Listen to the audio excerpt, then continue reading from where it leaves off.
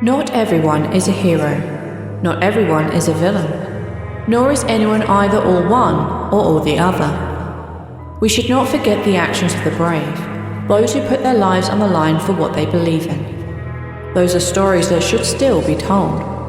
We should know the tales of deeds done by those who know their part in the bigger picture, and by those who don't. And those on the wrong side of history still have tales to tell, ones that shape the very course of this story. Is our next tale one of heroes or villains? How impactful are three usually insignificant people upon the world? And are you going to root for their success or their failure? I guess we're about to find out, as we welcome the familiar voice of Karin, Karen of Y2K, and Sarah of Medieval, to a side story of the Lucky Die.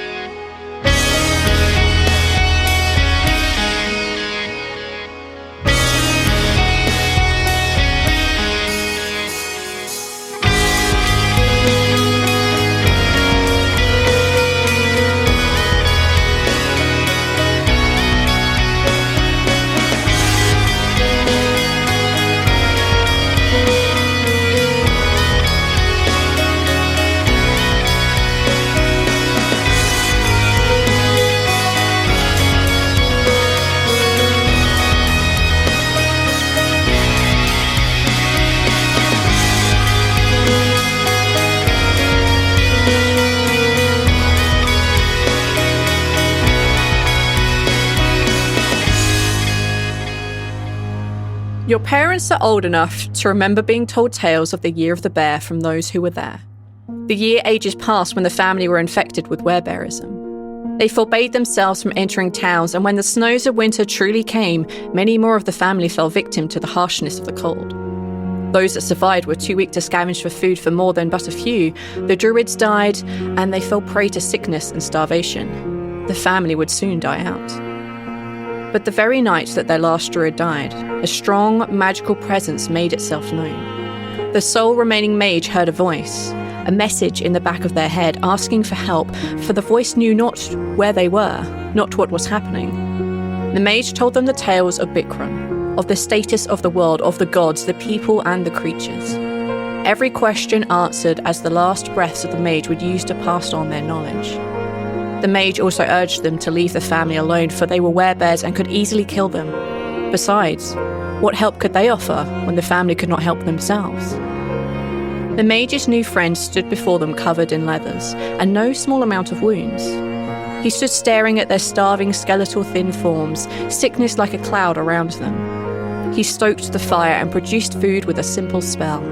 He fed them, tended them, healed their ailments. When the remains of the family were able to travel again, he took them to the edge of a forest. At the forest's edge, he helped to set up a concealed village in the tree's canopy, and told them to hunt and survive, and that he would be back. And when the summer came, the half-elf man returned as he had promised. He brought with him a cure for the werebear infection and stayed with them long enough to help the first child born in that village. As the years went by, the man would check in on them, bringing them knowledge, helping them thrive and grow in might and magic. The village is now a town within the forest, called the Baranya, numbering in the low hundreds. Whenever they needed help, the healer would come and keep them safe, asking nothing in return but a safe haven in the oncoming storm, the storm that would plunge the world into darkness. The family called this man the healer. The healer asked for a safe haven nearly a week ago, but he's not arrived. He's never late, and he has never asked for safe haven. He's missing. And what kind of family would we be if we didn't go after one of our own? A shit one, that's what. We're better than that. This is the darkness that he warned us about. He would never ask us to seek him out, but he did ask for refuge, and by the gods that are dying around us, we're gonna give that to him. Salt, you're in charge. You lead them wisely, and thank you for volunteering. Ilmari, you keep the morale up. You might not have volunteered for this, but thank you for agreeing to go. Idris, use your brains to keep them safe. And thank you for agreeing to document all of this. Good luck, you three. You come home safe. Cheers.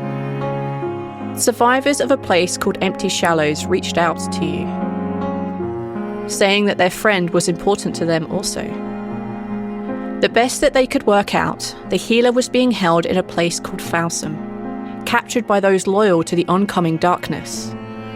You've travelled for a few days, almost weeks now, and you find yourself at the edge of a desert. When you look northwards, you see mountains.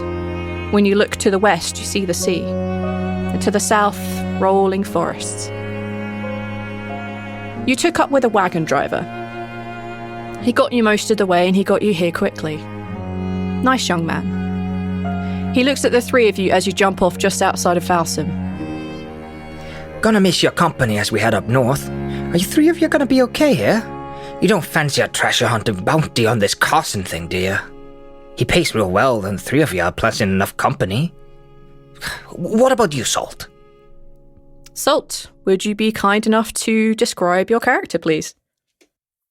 I'm a dwarf with a pair of leather armor, a pair of one-hand axes at my waist, big double-handed axe on my back,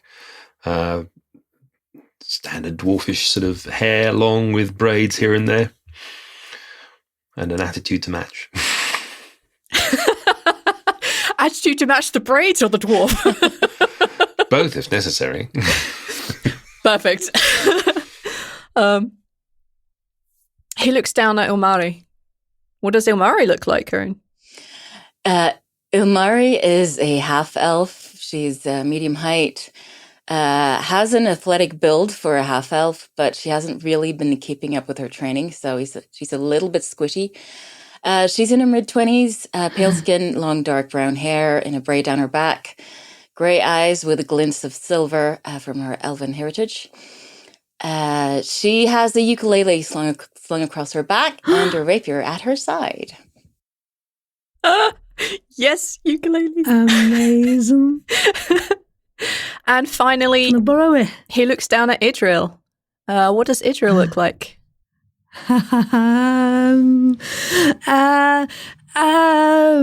Idril's a elf, medium-sized, and has dark black pigtails and very bushy eyebrows, for want of generics, and generally is a little bit speedy. I love it. I love that she has bushy eyebrows. I'm just... Fine legs. Fine legs. Okay. I'm sure that I can work this into the narrative somehow. Thank you, Sarah. Great. The wagon driver looks down at you and he says, Good luck on whatever it is you're doing. Hopefully our paths will cross again. and with that he G's the horses and off the wagon goes. The three of you find yourselves just outside of Falsum. It's one of those kind of traditional desert-ish towns. There are houses made of sandstone and some stone that's clearly been brought in from the mountains to the north. There are small houses and there are also big, kind of more industrial-looking buildings. You can see a very high wall, which you would assume, because the top is covered in guard towers, possibly the prison. You can also see that there are a couple of really big buildings here, which would denote like meeting houses for things like the Witches' Society or the Lodge, which is like the martial equivalent of a Witches' Guild. What do the three of you want to do? Your call, folks. What are our options? What do you want to do? Let's find ourselves get somewhere to bed down for the night, at least. Give ourselves a base. Sounds like a good plan. Is the one with a good bar, so we could have a little nightcap. Sounds good. Okay. Okay.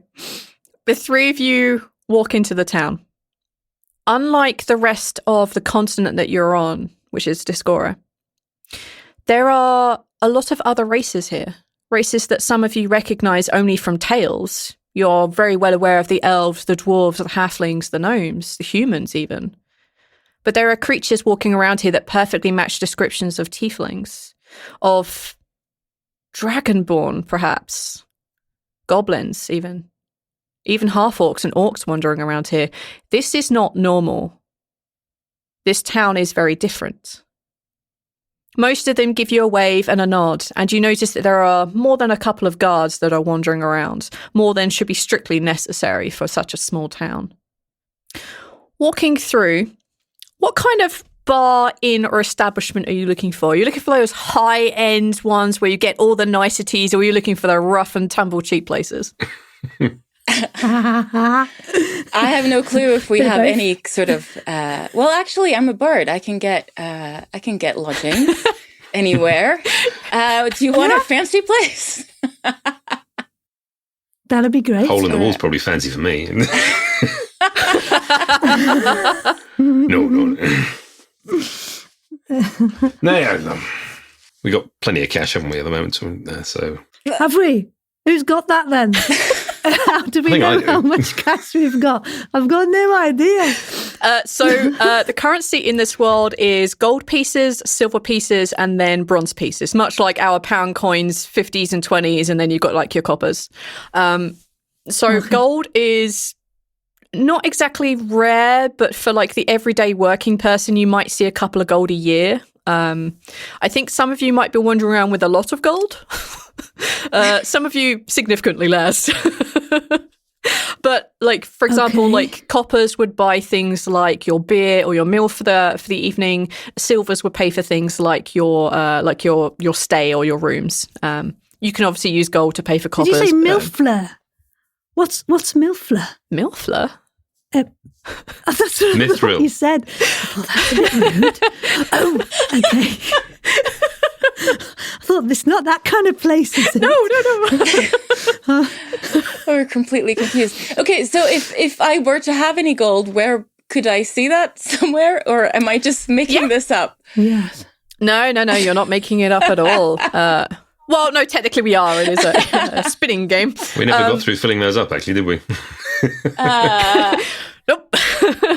They have zeros. Yes. Yeah, then you have no money. Okay, thank you. Sarah's rich. Idril is rich. Idril has 8 gold. That's spectacularly rich. You are rolling in it. Yeah. Got side hustle. It's all worth it, right? Okay, great. So we can go anywhere we like, within reason, obviously. Saving some money for later, for whatever happens. Do we want to be conspicuous, though? Is that what we want to do? Are we sure about that? Or do we want you singing and making us known in the place? What do we want? Why are we in this place anyway, specifically? Sorry, remind me what we're trying to do here again. I was going to ask you, Salt, but yeah, that might help.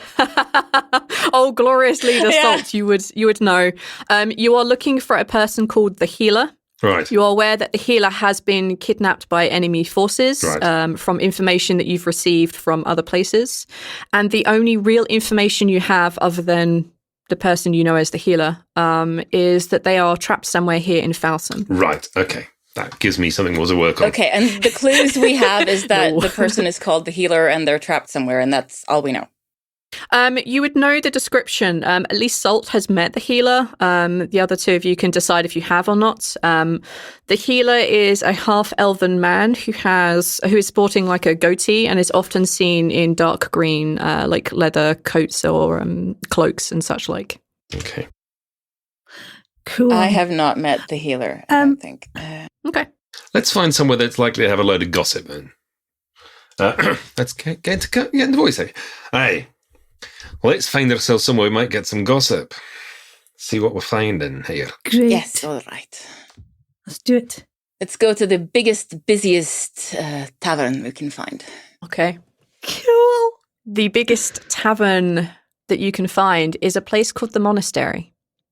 It's an inn, it's a pub, it's a bar, it is exactly what you're looking for. As you walk into this place, you can tell that the bar is run by a gnome. And she has got like her hair tied back and she's wearing an apron and she's running around on clearly a platform that has been built up so she can serve the taller customers here.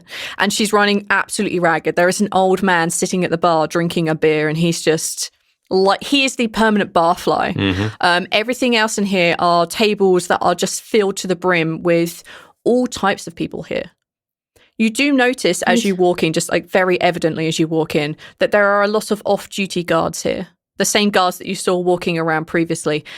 It's a little more people who are guards here than you would expect. Like you'd make maybe a couple people in a town this size, but a lot of people are either in the guard or conscripted to the army. You find all sorts here. There's barely a table free, but you spot one over in the corner. That's what you see when you enter the monastery. Cool. Let's sit down and then Part of me thinks go to the bar and get some drinks and some food, maybe. All right. Do it. Okay, so what do you want? What's your poison? Obviously, it's all on me, right? You can owe me later. Ale, please.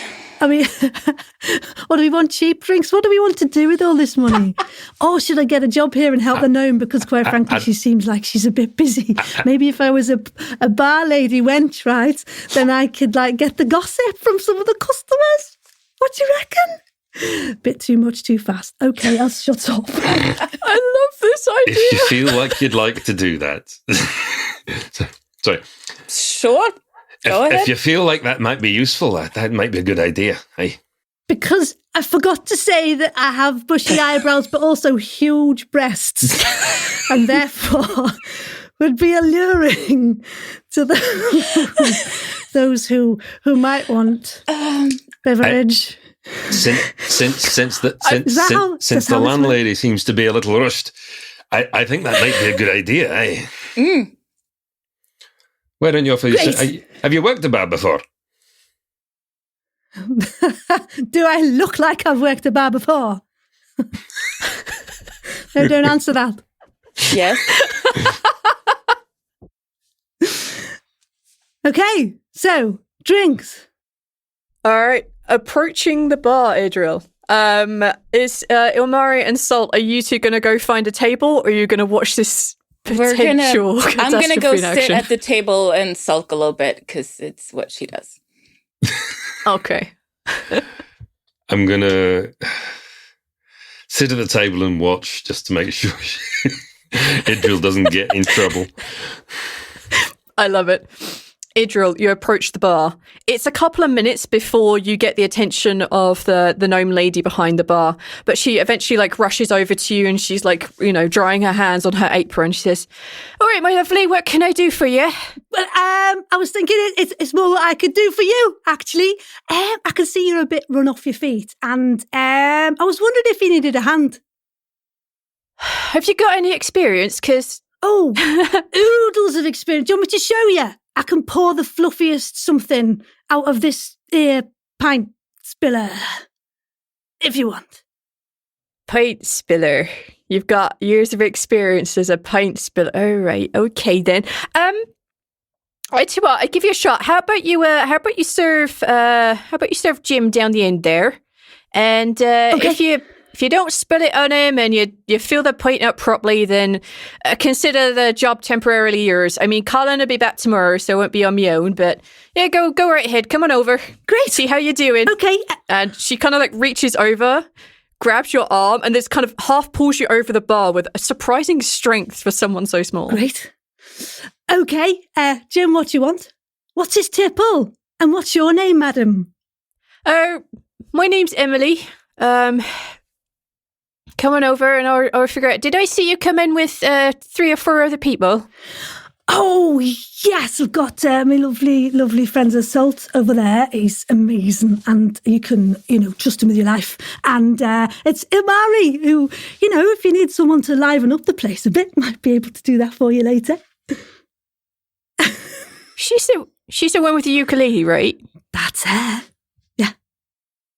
All right, how about this? Rather than trying to help me behind the bar, because I no offense, I don't know if I can trust you. I thought I'd just give you a shot because Jim's really nice. If you could get her to play a bit, then you can consider all this done. Like, I'd rather be rushed off my feet and make a crap ton load of more money, because Colin will be like, well, okay, then fine.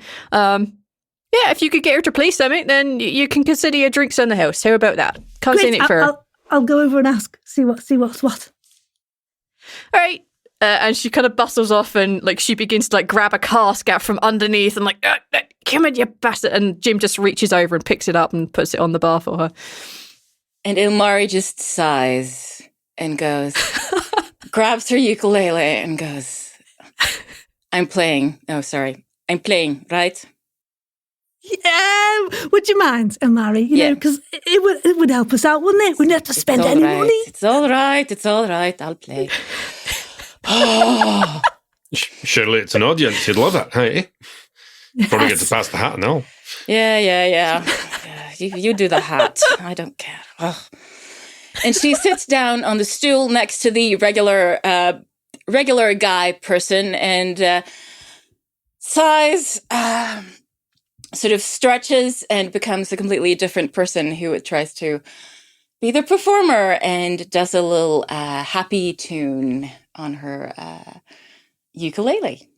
I would like you to roll a performance check for me, please. And this is the first check I've ever done. So let's see. I First dice roll. let's see if this even works. Oh, I did it 3 times. I'm sorry. That's totally fine. We will always take the first one. 13. That sucks, right? Okay. It's not great, but it's also not the worst. Okay. It was exactly the middle of the 3 things that you rolled. Okay. On a 13, this bar is just kind of loud. Like, not everybody is picking up. The people closest to you turn and look, and they applaud at the end of every song. Some of them even put money into the hat that I assume Salt is passing around.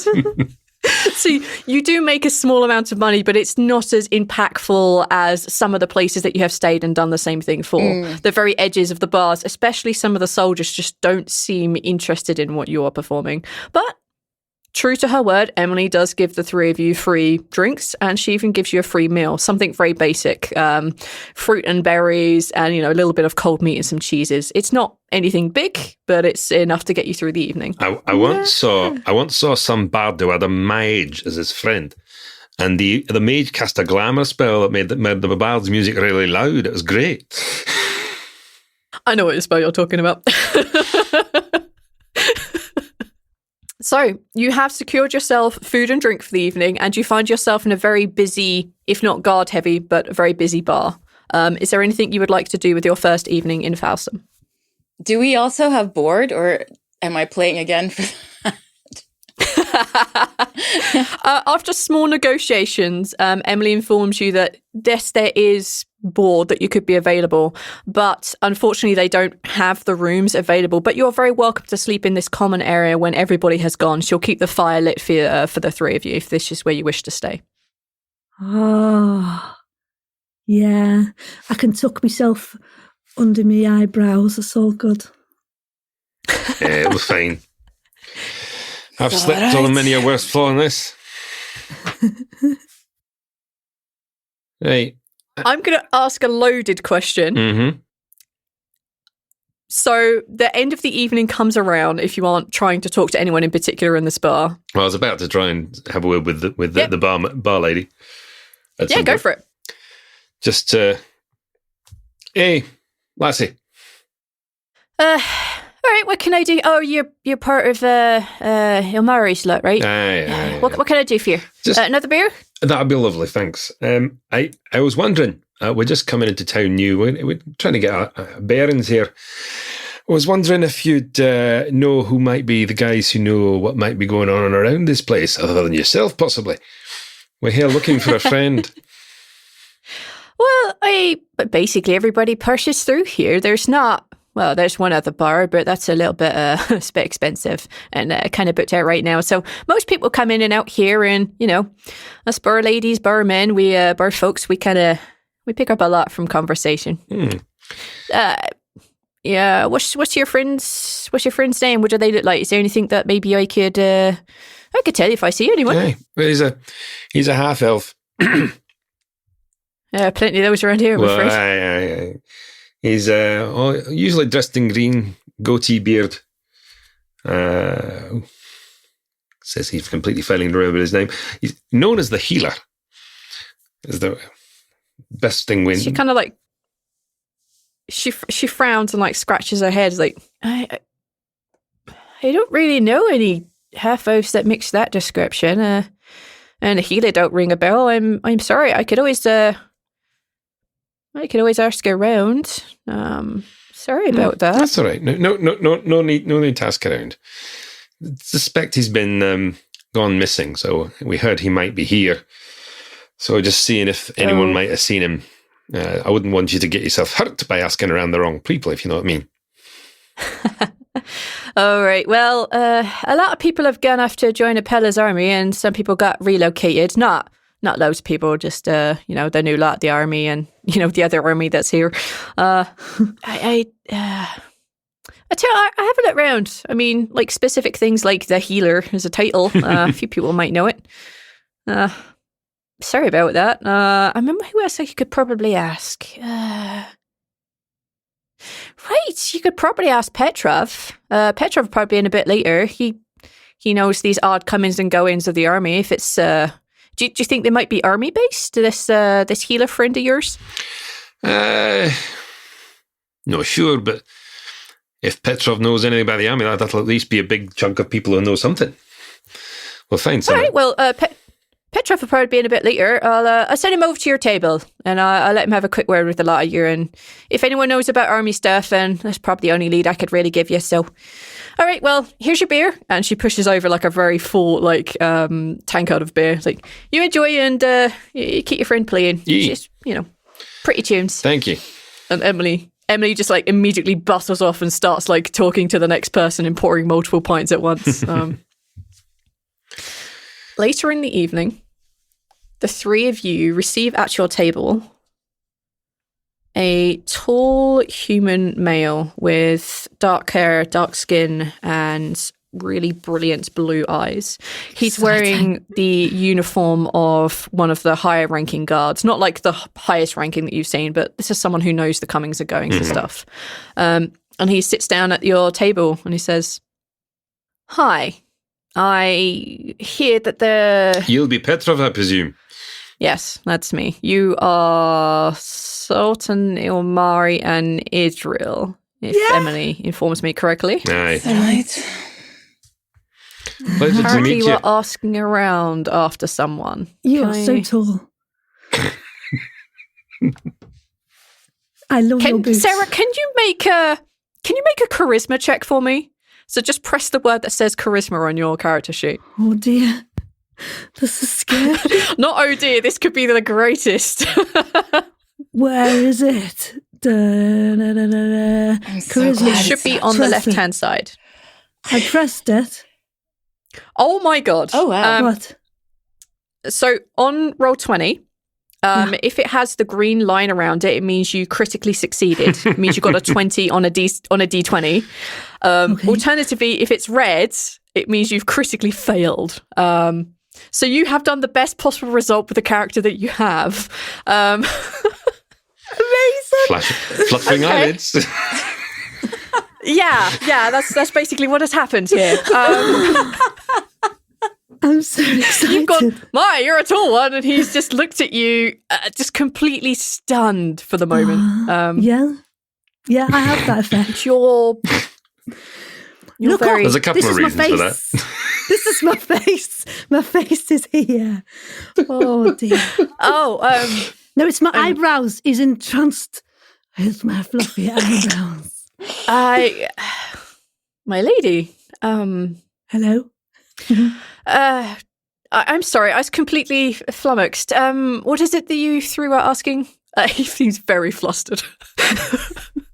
I was just wondering if you've seen someone. Salt. What does he look like again? What's his name? You ask. I'm just going to stand here. Elven man, goatee, dark green leather. Aye. Seen him? Often, we know him as the healer. He's gone missing. We're wondering, since you know most about army movements around here, whether you might have seen him. Half-elf, goatee, Yes. green leathers and cloaks. I'm afraid I I'm afraid I don't know anything at all. It's been lovely chatting with the three of you. I'm awfully sorry. I have to go now. Can we check if he's lying? I was about to say yes. Yep. So could everyone, because there's only three of you, you can all just press insight. So if you could all roll an insight check for me, this will basically tell you whether he's lying, whether he's hiding things, that kind of stuff. 15. Salt, what did you get? 13. And Israel, what did you get? I don't know because I can't see it. I don't know where to look. You got 18. Okay, on a 15 and above, sorry, Salt. That's right. Razor sharp me. You're just wooed by the beer. Hey, I'll accept the fact I'm more of a physical guy than a mental one. Ilmari and Idril, Petrov, who just sat down at your table, is now standing up, completely no longer flustered, like he's not even drawn to the beauty that is Idril. He clearly recognized this description. He didn't recognize the name, but he did recognize the description. He knows who you're talking about, and he is quickly leaving the bar. I want to follow him. Yeah, let's do it. No, well, I say you two aren't necessarily that good at this kind of thing. Well, I don't have any armor either. Did I tell you that? That's a bit scary, right? Isn't it? Is that important? Is that right? I vaguely remember it's someone important. saying. So as a wizard, you traditionally don't wear armor. You rely on everybody else to wear the armor, and you arrive with the big guns to, deal what you can with magic damage. Yeah, okay. You set fire to things. That is your utter strength and your knowledge, because you are a wizard. For example, Ilmari and Salt would be wearing leathers, so they'd be the ones more likely to go into physical combat with things. Yes. But my specialty... My specialty is sneaking around and following people, however. We're not actually... I don't think we're a combat-heavy group. I think the last thing we can describe you two as is subtle. Hey, I have a +9 for stealth. I think I'm pretty subtle. Okay, you probably. When I want to be, which I never do, apparently. But you're busy here tonight. I can disappear and nobody's going to notice. Yes. Has he gone yet? He's gone, right? He's basically, let's say he's at the door. So if you want to go straight after him, you can. You can. Sort of hushed conversation of, we've told Salt he's lying, and Salt says yes, he's going to follow. And I'm going to go follow him. I'll get back. Once I follow them, I'll come back to you. Okay. Okay. In that case, Salt, can you please roll a stealth check for me? Okay. Oh, that's something I can do well. Ooh, that's a big number. 24. 24. Okay, let me get his character sheet out. Not that one either. This is the first time I've actually printed out character sheets for creatures and people you meet. Wow. I feel honoured. I never do this. Amazing. It means we get some paper rustling. Yes, unfortunately, paper rustling. Something we never hear on this podcast. It's a sound effect. It's great. He walks out into the streets of Falsum. You see that he quickly looks left, looks right, looks behind him, but he doesn't notice you at all. You're very able to quietly follow him, be that on the streets, either that blending into the crowd or jumping up onto the roofs, whatever suits Salt. Mm-hmm. You see that he meets up with a few other guards, calls them over, and they go into a guardhouse. Very quickly, the youngest, the smallest, the quickest runs off to what looks like the outskirts of the town, and as you look over to where they are, you can finally see tents out beyond Falsum, something you couldn't see before because of the way you entered or from where you entered. And you can see that there is clearly a command tent there.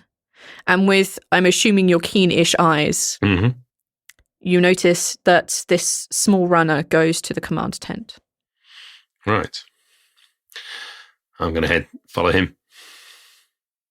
Okay. I will need you to make another stealth check. You reach the tent area. There are a lot of people wandering around here, all of them wearing the colours of the army, Apella's army. 16 this time. You get fairly close to the command tent. It's very easy for you to keep up with the boy. He's fast, but you know what you're doing. You get probably within a couple of tents of the command tent when you see the boy quickly enter. Okay. When suddenly somebody steps into your path The woman is wearing very heavy leather armor, and you can see that she has an axe at her side. Oi. Oh, I don't recognise you. Hey. Yeah, just trying to find the young scamp over there. Just took me wallet. I'm trying to find it. Were you trying to follow one of the runners? Hey, he seemed to nick my thing. I don't even want any runners. There was some little scamp, hey? Chasing a scamp. Well, you can see where he's gone. You can talk to his mum another day. I'll let him know that he's been followed by what's your name? Salt. Salt. I'll let him know that a certain Salt is looking for him. Where are you staying so I can send him directly to you? Out and about. Out and about. Remind whatever the name of the bar is. The Monastery. Yeah, the Monastery. The Monastery. Right. All right. Well, go on your way. Take care. I'll leave and then cut round the back and find myself a more appropriate garb that will at least hide me potentially, and I can see if I can sneak back to the tent. Okay. Can I have you make an investigation check to see if you can find some armor that would be suitable for you? Eek. No, not today. 3. Would you get your investigation? Critical fail 3.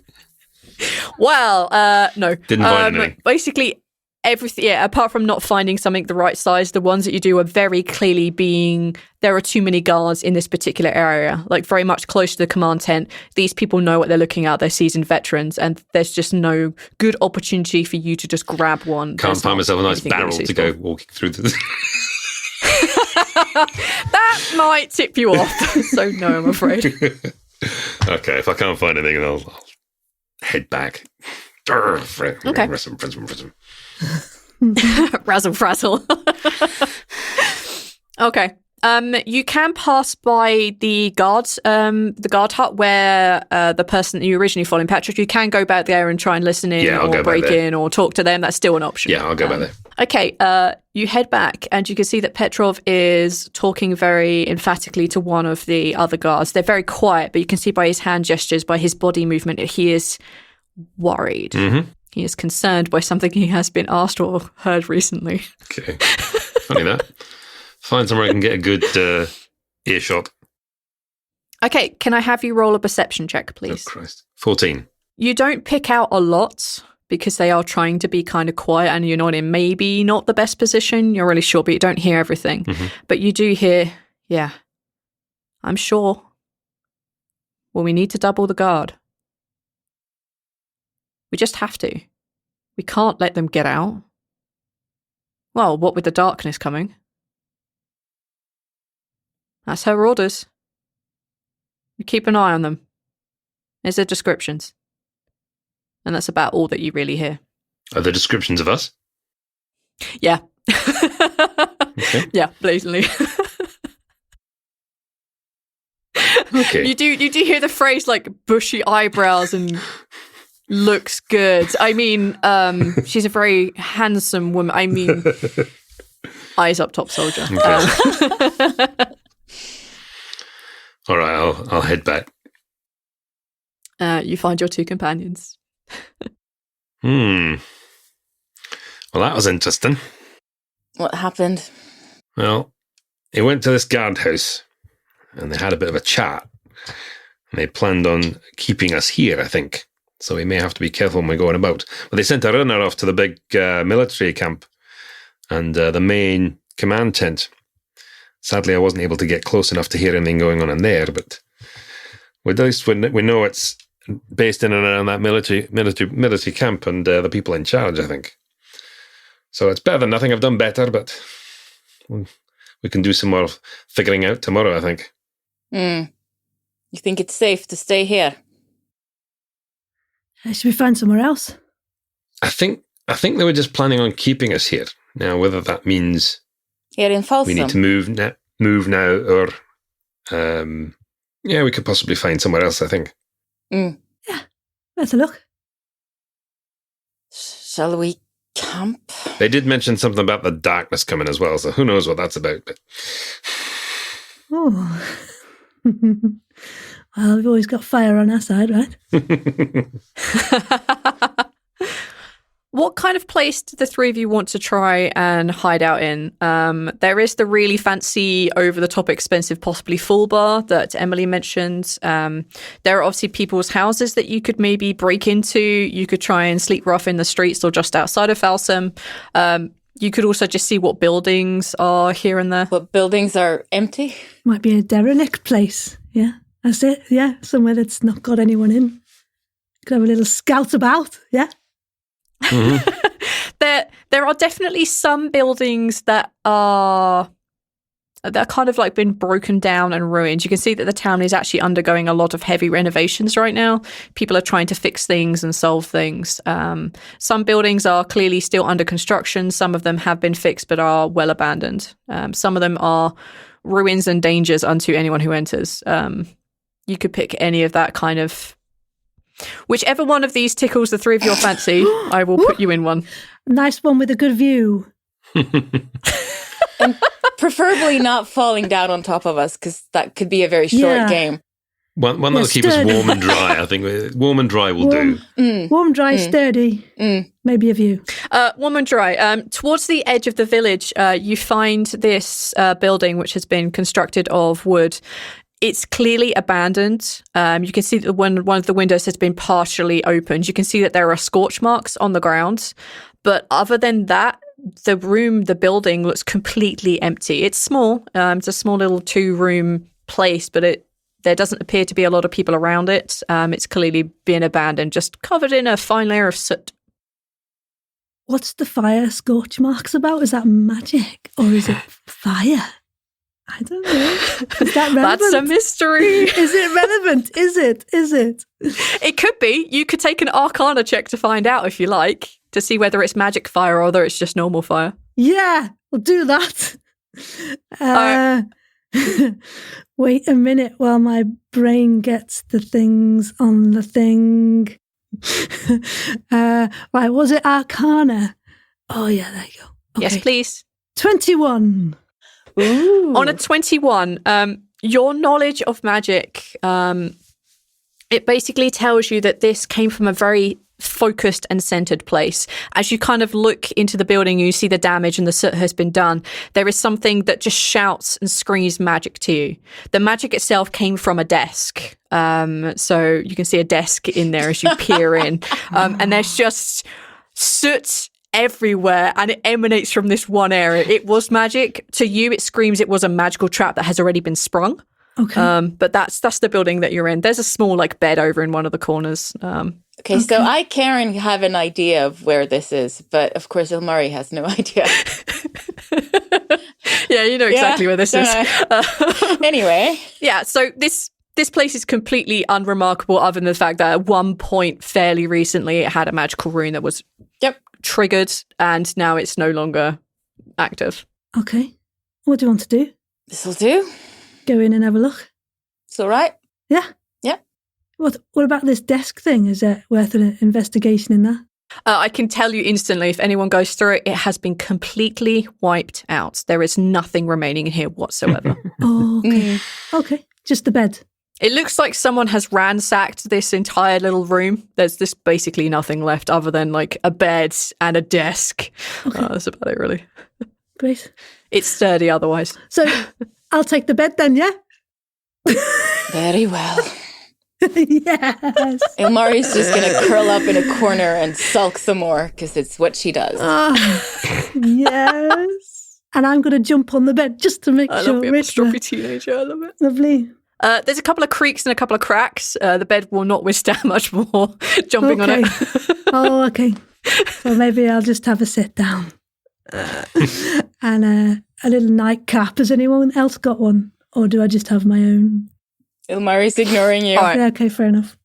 I will ask the loaded question again. Is anybody doing a watch? Or are the three of you just going to go to sleep? Or are you going to have someone keep an eye out in case of danger? I'm going to keep an eye out.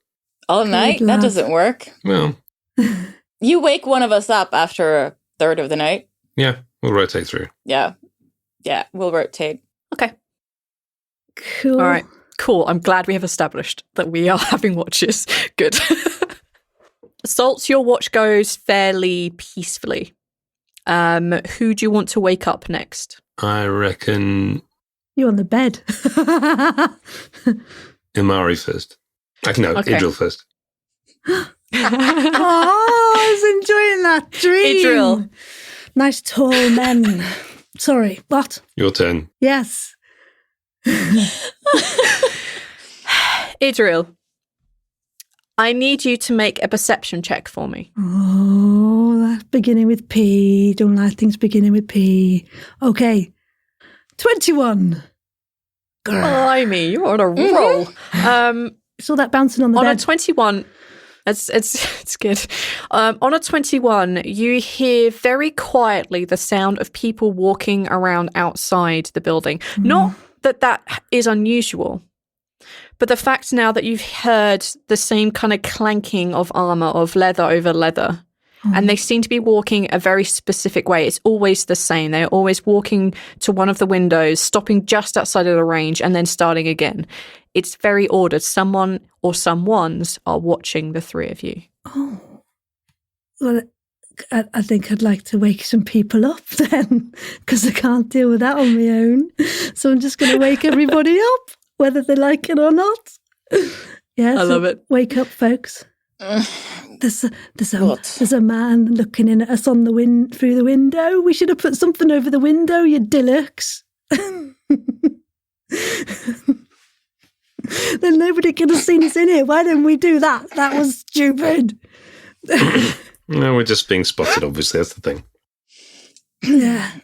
Right. So, do we What hide? What do we do? Do we act suspiciously and hide, or do we say hello? Welcome, I have tea. No. Come in to my warm bed. The thing is, they know we're here. So Yes. we might as well carry on resting. And then we'll find a way to get loose from them in the morning. Hey? Do you not want to say hello? No. It's not going to achieve anything. Us moving from the tavern to here has done nothing, so we might as well just rest up and make sure we're fresh for the morning. Okay. Fine. Is it still my watch? All right. Ilmari's curling back into her corner. Okay. Okay. The rest of the evening passes with just continuing patrols. Just before dawn, Ilmari, you just hear that this patrolling has kind of slowed down. It's kind of stopped. They're not doing this quite as often anymore. You're not really sure why, but this is what you've noticed. The sun comes up and the three of you are awake. You hear the sounds of industry all around you. People are going to work. You hear a lot of children laughing and giggling as they too are up at the crack of dawn, which is not really what kids do, but you hear them also talking about going to work, about being part of this and being part of the apprenticeship, of being part of that. Everybody, as you notice as you wake up, is doing something. Everybody is working. What do the three of you want to do? Go find someone to talk to. Who should we talk to? Because I've got a few suggestions, but I don't think they'd work. No. I'm open to suggestions. I just sort of find out what you want to do. The And I'll make a guards. decision. There's something about the guards, right? Something's going on with the guards. They knew something about the healer. Yes? Could you dress up? Is there anywhere we could find guards' clothes and dress up as one and go and infiltrate gently? No? Yes. Yes? Yes. Yes. We all I'm love going a to say dress-up. that Salt... I feel like when Salt was kind of like looking into the guard area and listening into that, like the various guard stations that are around Faustum, now that you know how to recognize them, you would note that, yeah, there are spare uniforms and spare stuff in there. Yeah, it wouldn't be easy, but you could definitely get uniforms and disguise yourselves as guards. Okay. Yeah. I might have to shave one eyebrow, though, yeah? That was disguise. That might make you stand out, I'm not going to lie. Oh, yeah, fair enough. Maybe a little trim. Or I could dye them. Let me see if I can find a nice out-of-the-way guard house that nobody gets to see or particularly worry about much. I have something called a disguise kit. Yes. Now, exactly what that... Oh, okay, I pressed it. I don't know why, what that happened. I have a pouch of cosmetics, hair dye, and small props. Lets me create disguises that changes... It says your physical appearance, so only me? Yes? No? Yes. Yeah, it would only change your physical appearance. So you could do it so that you end up having like scars, or you could have moles. You can make your nose slightly bigger. Like it would help you like do that kind of like physical changes. So you at least could change how you look. So I wouldn't. Right. I would be willing to extend that to one other person because carrying a single set of supplies in makeup is just not a thing. Exactly. So I would be willing to extend that. Like you could do that to two of you, but one of you would still need to figure out how to change their appearance if that's the route you wish to go under. Yeah, well, I'd extend that to Idril then because Salt is very sneaky. And as I think mentioned before, they're not likely to notice him. So you might get away with that. It might work. Okay. Salt, I'm going to say yes. You can eventually, after scouting around the town for like maybe 30 minutes, you can find one that is kind of more out of the way. There's less people wandering around. There's not as much buildings or as many businesses around here.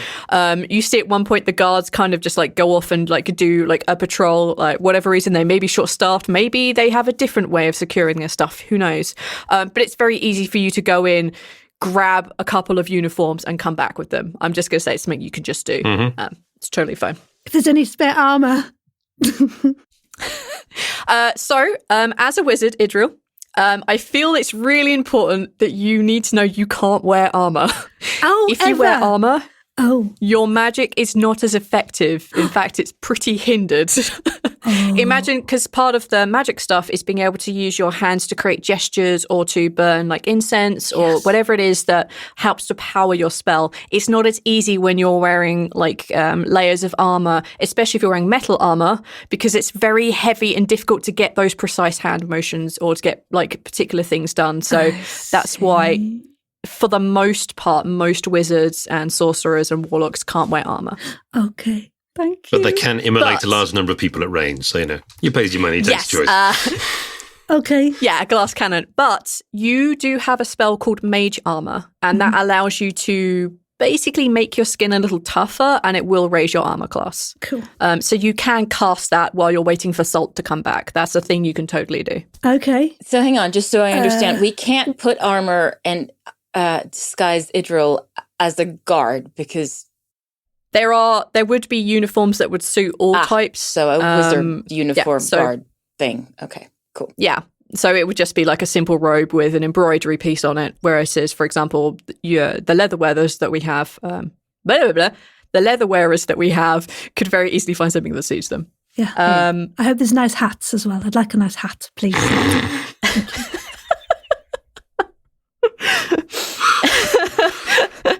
Hats are great. So if you cast Mage Armor, it's a first level spell slot. So on your character sheet, you see where it says 1 and there are 4 like dots next to it? 1, 4 dots. There's lots of numbers everywhere. Whereabouts would the one It's be? in the very centre of the character sheet. Oh, yeah. So like under cantrips, 1. That one. Yep. So there's cantrips and then there's 1 and next to that there are 4 dots. Yes. If you click one of those dots, it tells us that you've spent one of your spell slots for the day.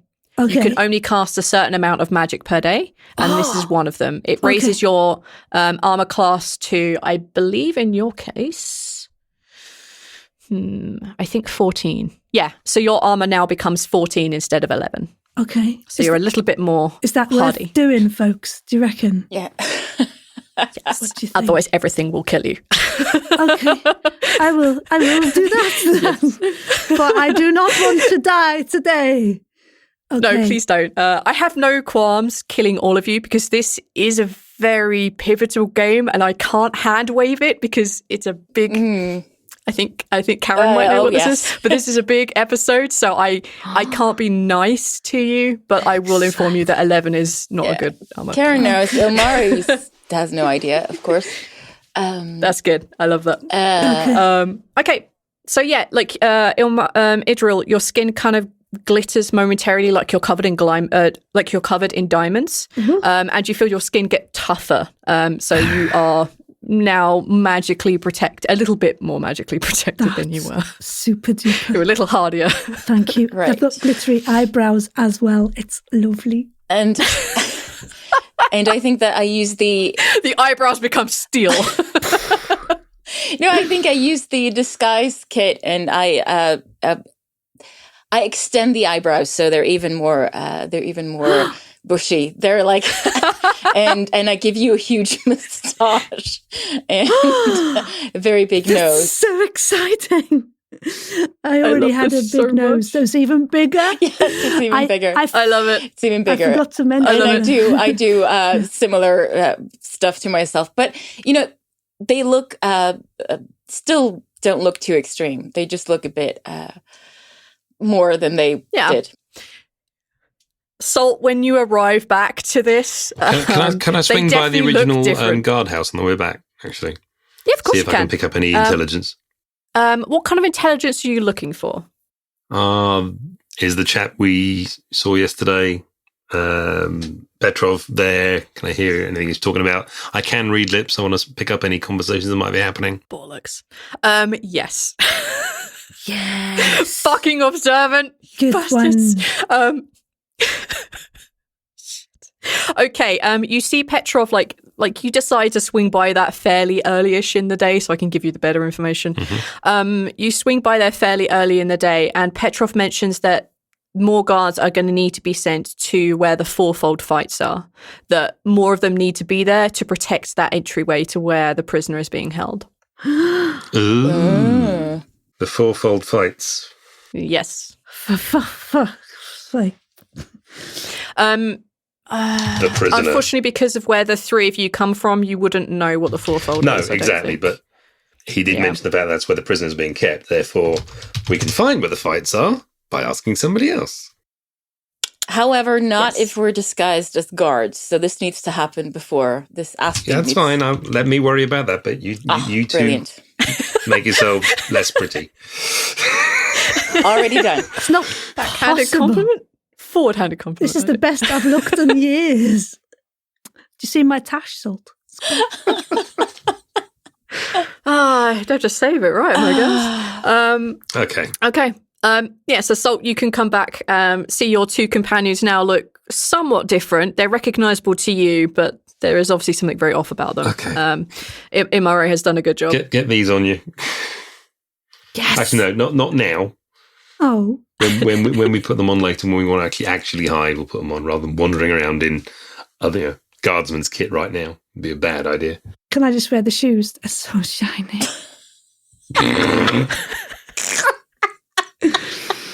Is that a no? Shiny brows and shiny shoulders. If I manage to find a cavalier officer who takes as much care of his looks as you're trying to do, I'm sure it'll be fine.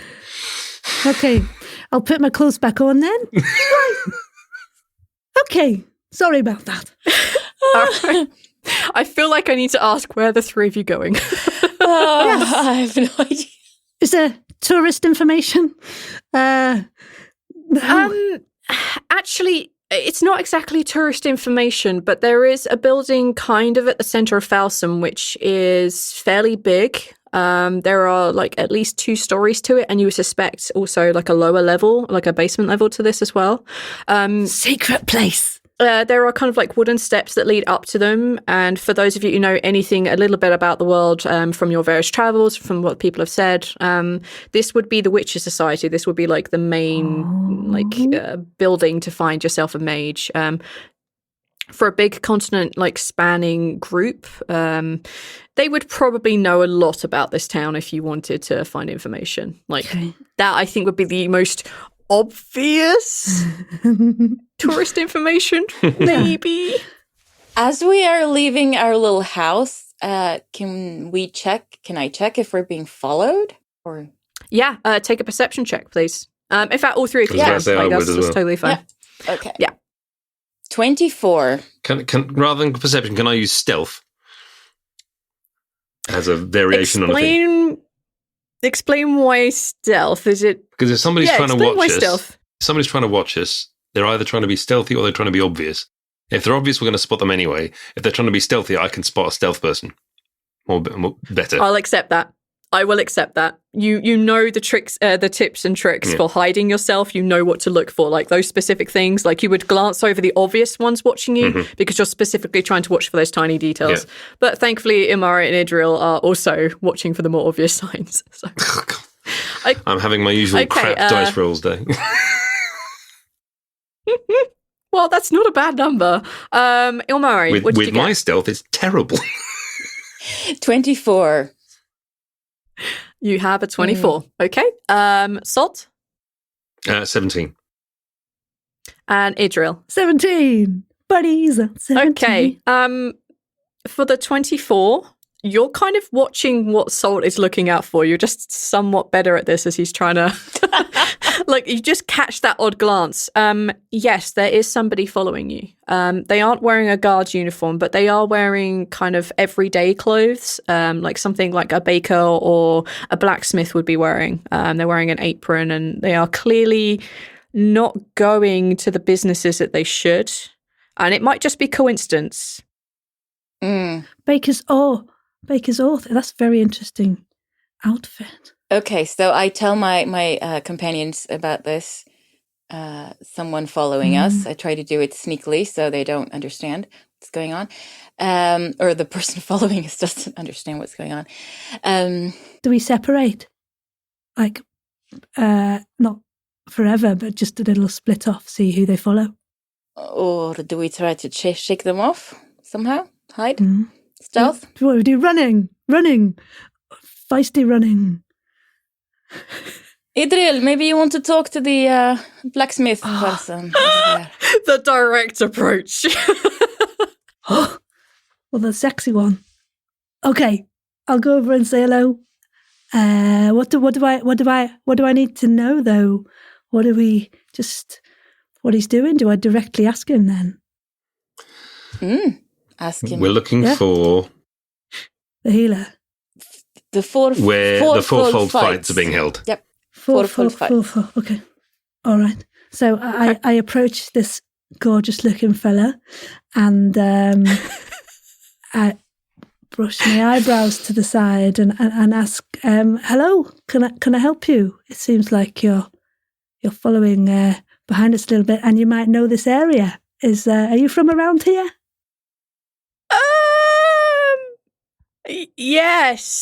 Yes, I'm from Falsum. Yes, I am following... I'm really bad at this. I'm following you because I was told to. And I just... You're doing really well, okay? Don't. Thank you. We only just noticed you, so it's all fine.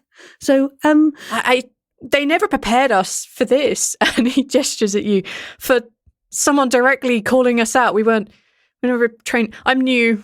I'm sorry. That's all right. What's your name? I can go back to... No. Can I go back to just following you? Well, I just wondered, could you just let me know, where are the fourfold fights? Have you heard of that?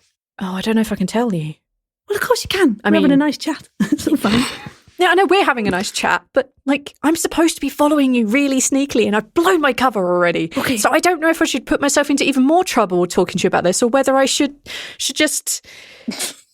make this a conversation and pretend. Could we just pretend that we're having a conversation and I haven't blown my cover yet? Can you just... Okay, I will laugh and you laugh too. Ready? Go. Yes. There you go. Yeah, it's... Yes. Yeah, that's nice. Maybe could you roll a persuasion check, please? Okay. Idril, could you please roll a persuasion check? It's run. Oh dear. It's a 7. Well, thank you for helping me maintain my cover, friend. You go about your day. Continue on. You'll barely notice me, I promise. Okay. Who is it that's told you to follow us? Just my boss. Who's that? If I may ask. I don't feel comfortable giving you my boss's name. I'm not supposed to give you my name either because that's following Spy 101. Okay. I can't give you information. Maybe Salt can come over and have a word. Can I call the Salt over? The scary dwarf with the hand axes. Yeah. I don't. I'd much rather talk to you. You seem like jovial and happy and great, and he looks like he will stab me with those axes. Do you know what? Which I think. Yeah. Well, just then let me know. Like, all you have to do is tell me, and then we'll carry on, and you can keep on following us, and we won't, bat an eyelid. No, it's good. Nice. It was great to meet you. He says. He puts his hand out to you very obviously. It's been good to meet you. You continue upon your path, friend. And he looks awkward, turns around and just like scurries off into the nearest alley. Dang it. Didn't get any information. Sorry, folks. That's fine. It's all right. It was worth it just to see his face as soon as you mentioned me. Yeah. Well, yeah. I wonder whether you would, come behind and trap him out or something. But no, it's all fine. We can find the answer somewhere else. It's no problem. Let's go before we have someone else following us, maybe? Yeah. Good plan. Okay, let's go. Where are we going again? Tourist information, was it? The Witcher's house. The Witcher's knob. Witches Society. Good. Arriving at the Witcher Society, you walk inside and everything is it's just nice. Compared to the rest of Falsum, which is kind of crumbling and clearly going through renovations, the Witcher Society is just nice. It's cool. The cold of winter is here, but this is like that refreshing cool. There is a man behind the kind of reception desk, and he appears to be like chewing that really typical like over the top like cad chewing. He's doing that, and he's just very casually turning the pages of a book with his mage hand. With his mage hand. Mage hand. So he can basically sit down with his hands like in his like basically crossing his arms, and he can move things around with mage hand. It's a telekinesis kind of spell. Groovy. But yeah, he's just showing off is what he's doing. Yeah. Do you want to ask where the local busking places are? Just to start conversation in a normal way. Murray just sighs, goes up to the man, and says, "Fourfold fights. Where's that?" It's illegal. Yeah. Where is it? You're a fighter. No. Oh, you're betting time. Could be. I don't know there's any going on right now, but and he like turns a page of a book and he's not even really looking at you anymore. Is that right? Where is it? What's it worth? He looks up at you. What do you need? Could do with some I'm not saying that I'm desperate for gold, but it wouldn't be amiss if some just appeared on the next page of this book, Lucky find. Idril! Yeah? Hello? Nice to meet you. You want some gold? Right. Oh, right, yeah. We might have a little, possibly. You sure?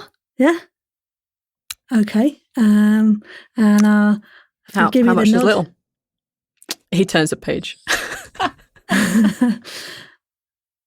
I'll just slot one little gold coin. One.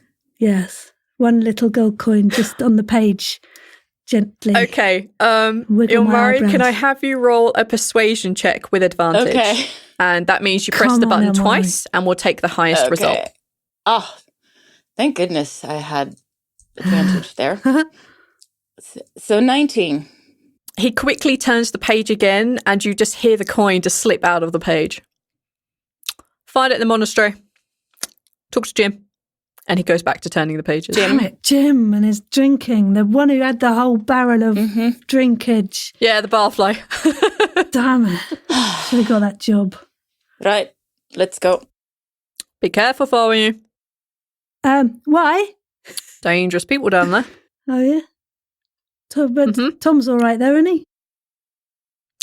Yeah, most people are out down there. But Just be careful. Anyone to look out for in particular? Idril, give us your wallet. Oh, okay. Yes! Yeah, I just gently place the wallet in your hand, Salt, and you can do the rest. Pull out 2 silvers, wave them in front of him, put them down in the book. He kind of slides them towards himself and keeps looking at you. 2 more. He pulls them towards himself and says, I think there's a mage type down there. Can't miss her. Got blue runes. Blue hair. Her human. She's a little cranky. Oh. Well, we might get on just fine. Thank you very much. Bye! Oh. He looks like he's going to say something. Okay, I'm staying. Name? Me? No. Just a receptionist. Blue hair, Oh. cranky, human something. Name? Her name's Dezorin. How do we spell that?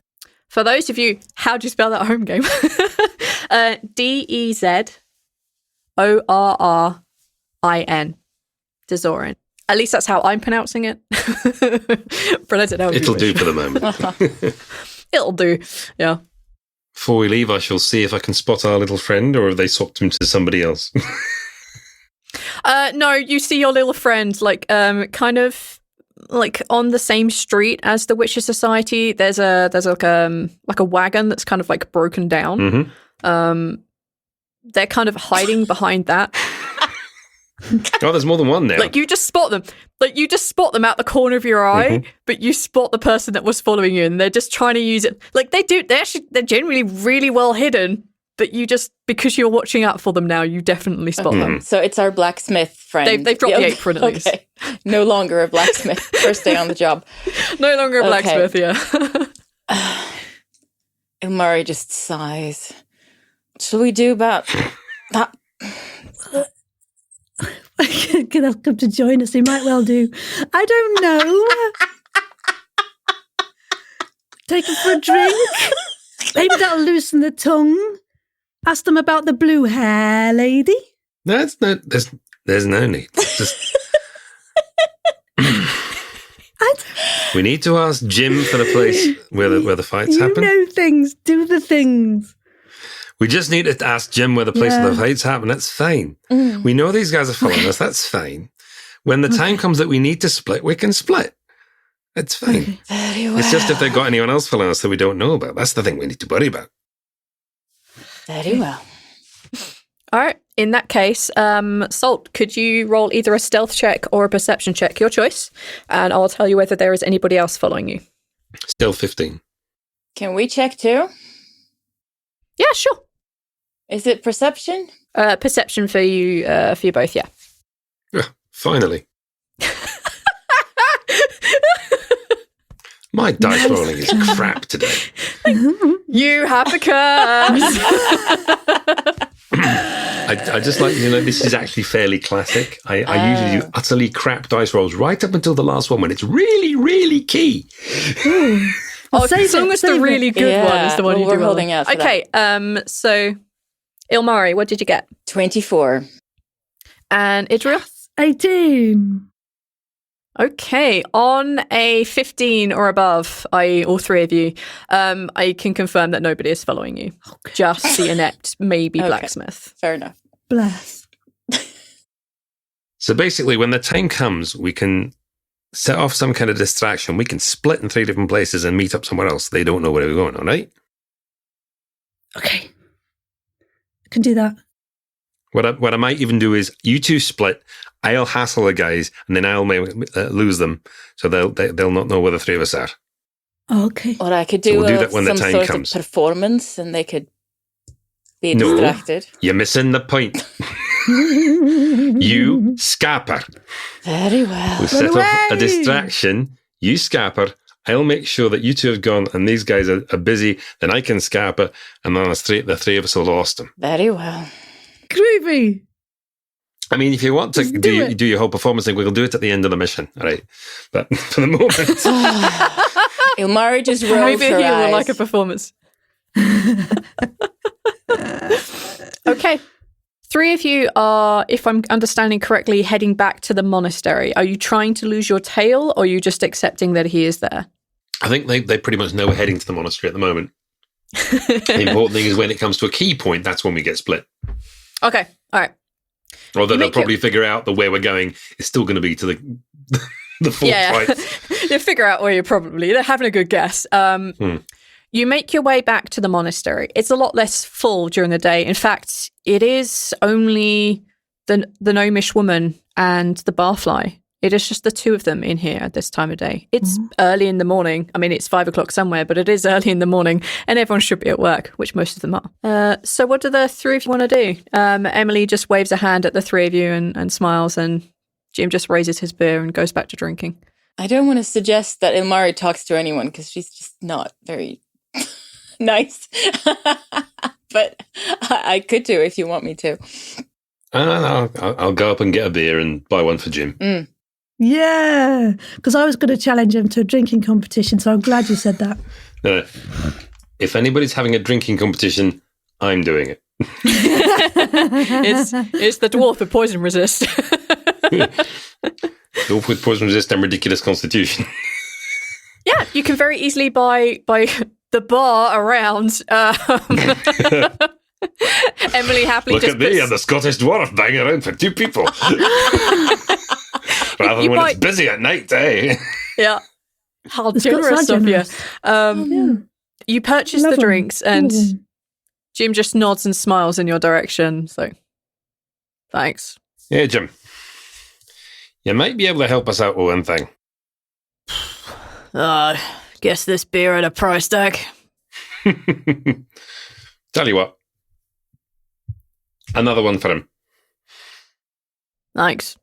And the second beer is brought, put down in front of Jim, who basically necks the first one and just starts to nurse the second. We understand that occasionally people might want to have a little bit of a contretemps in a fourfold fashion somewhere around the town.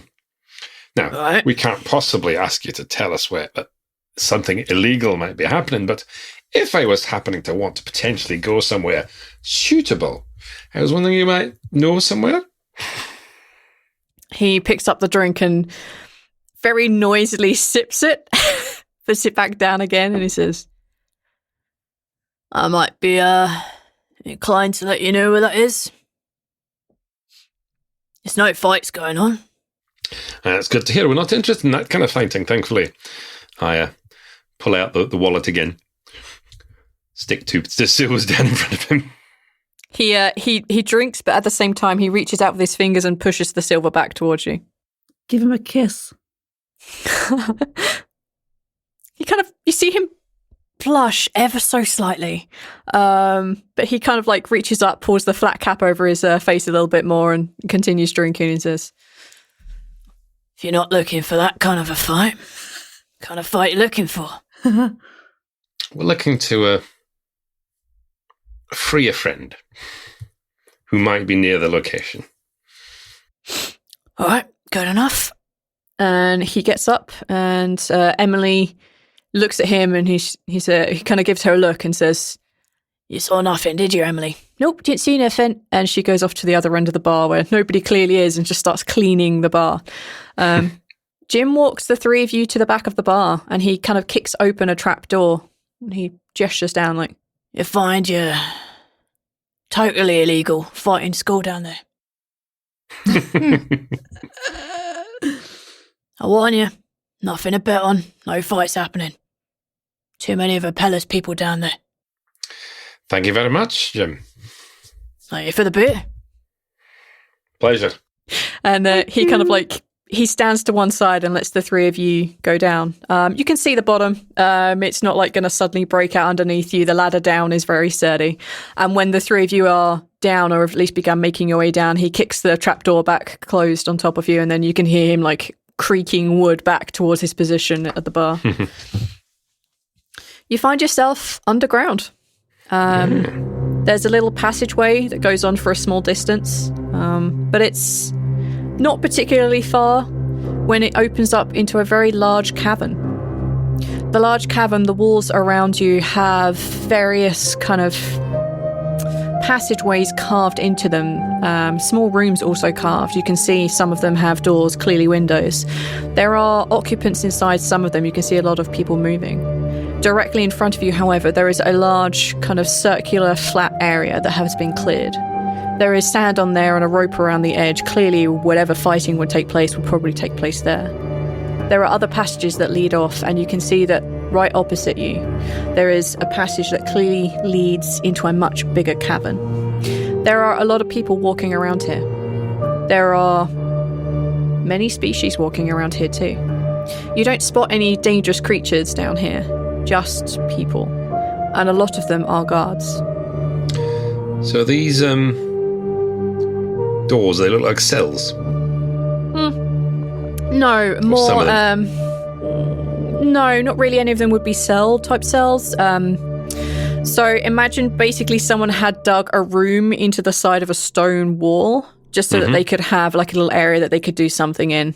Peering through some of these windows at glances, you can see tables and chairs, even a bed in one or two of them. I'm just wondering if some of the fighters might be, slaves or something similar. They need to be kept somewhere safe. No. Safe being quite the operative word, but you know what I mean. Do we cause any... No, there's no guiding. Sorry, do we cause any attention? I mean, do we sort of stick out and need to hide immediately? Or not massively. So though a lot of people down here are guards, a lot of people are not. Quite a few people are wandering around just as themselves, just talking and going in and out some of the rooms around here. But you would notice if you're looking specifically for something like that, the corridor or the thing that leads into a much bigger cavern that's almost directly ahead of you, that is only guards, and there are at least 2 guards kind of standing at that entryway. And we're in May that... I suggest this is a good opportunity to put those costumes on? I was going to say, you can read lips as well. Oh, yeah. So maybe have a little observation. You two get your gear on. I'm gonna a little scout around. Is there anywhere, V? Is there anywhere we can sort of hide, sneak off, and change? Would that cause... Oh, absolutely. Like any of these kind of like rooms that are dug into the side of the mountain, like it's or inside the cave, you can definitely find one of those that is empty and just go in there and quickly change. Okay. And that wouldn't cause any sort of... No. Nah, not at all. Not at all. Then I guess Idril and Ilmari are going and doing that, right? Yep. I need to brush my eyebrows as well. Salt giving the lady some privacy. You can have a quick scout around. I'll dive into another room and change myself out as well, and then carry on being sneaky. Is there any particular information that you're trying to find, or are you just looking for something generic?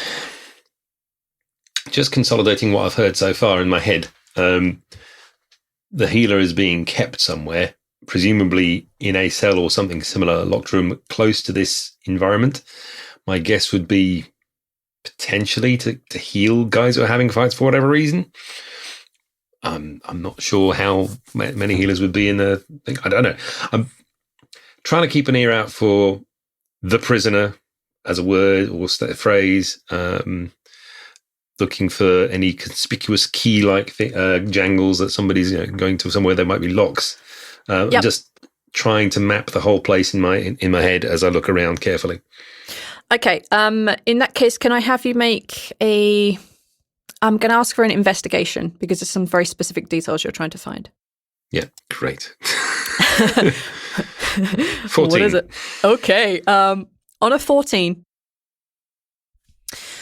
you would see 1 or 2 people talking about the prisoner. You would, from a distance, read somebody's lips saying, yeah, the prisoner is just such a snarky ass today. You would spot things like that. You would also spot that most of the people that are carrying keys, or those who are marked as magic users, most magic users in the world have runes that glow or runes that are drawn onto their skin.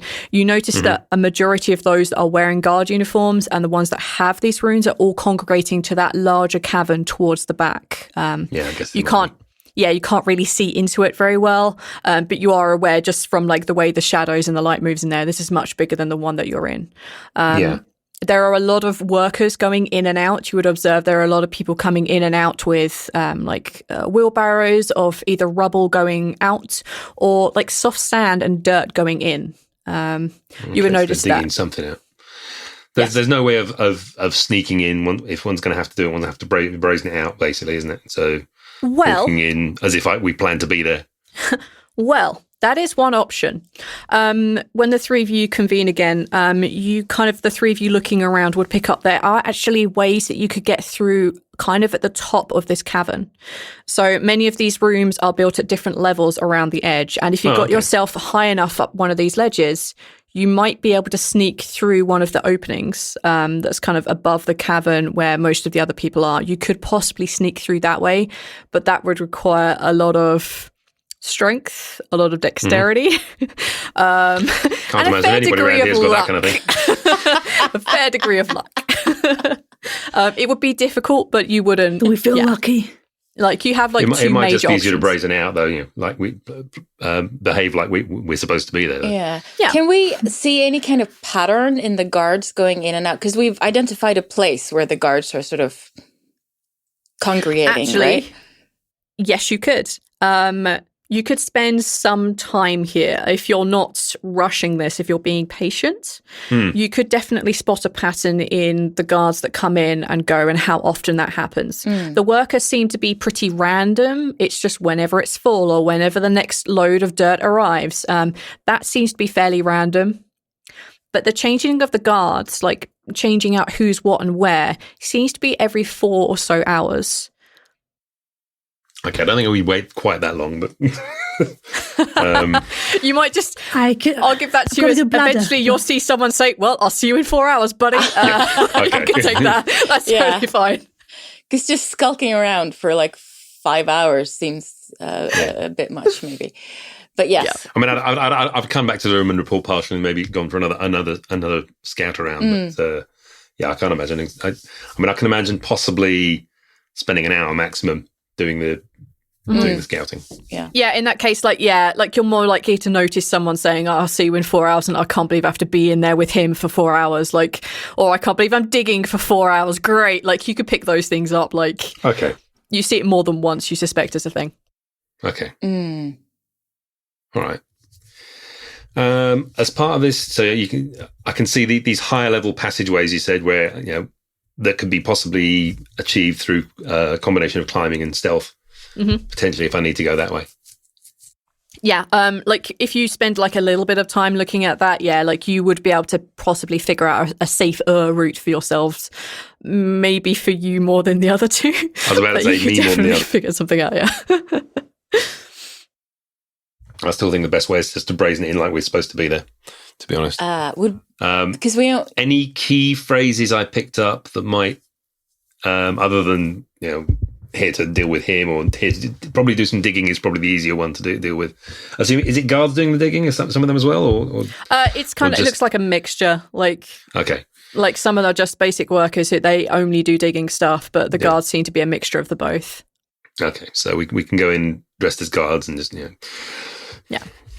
We've messed up. Our boss has told us to go down and do some digging, kind of thing, as a cover story. Yeah. Yeah. We screwed the pooch. The local equivalent of a treen duty, basically. Yeah. Can I have the three of you roll a stealth check? This is to see whether you, in the changing of your uniforms, whether you've managed to hide from the guy following you. That's more like it. Mm-hmm. Oh. He's still following us. He came down the passage. He came down the steps. He's following you. Yeah. He's not very subtle about it. He's a really bad spy. I didn't get a very good one.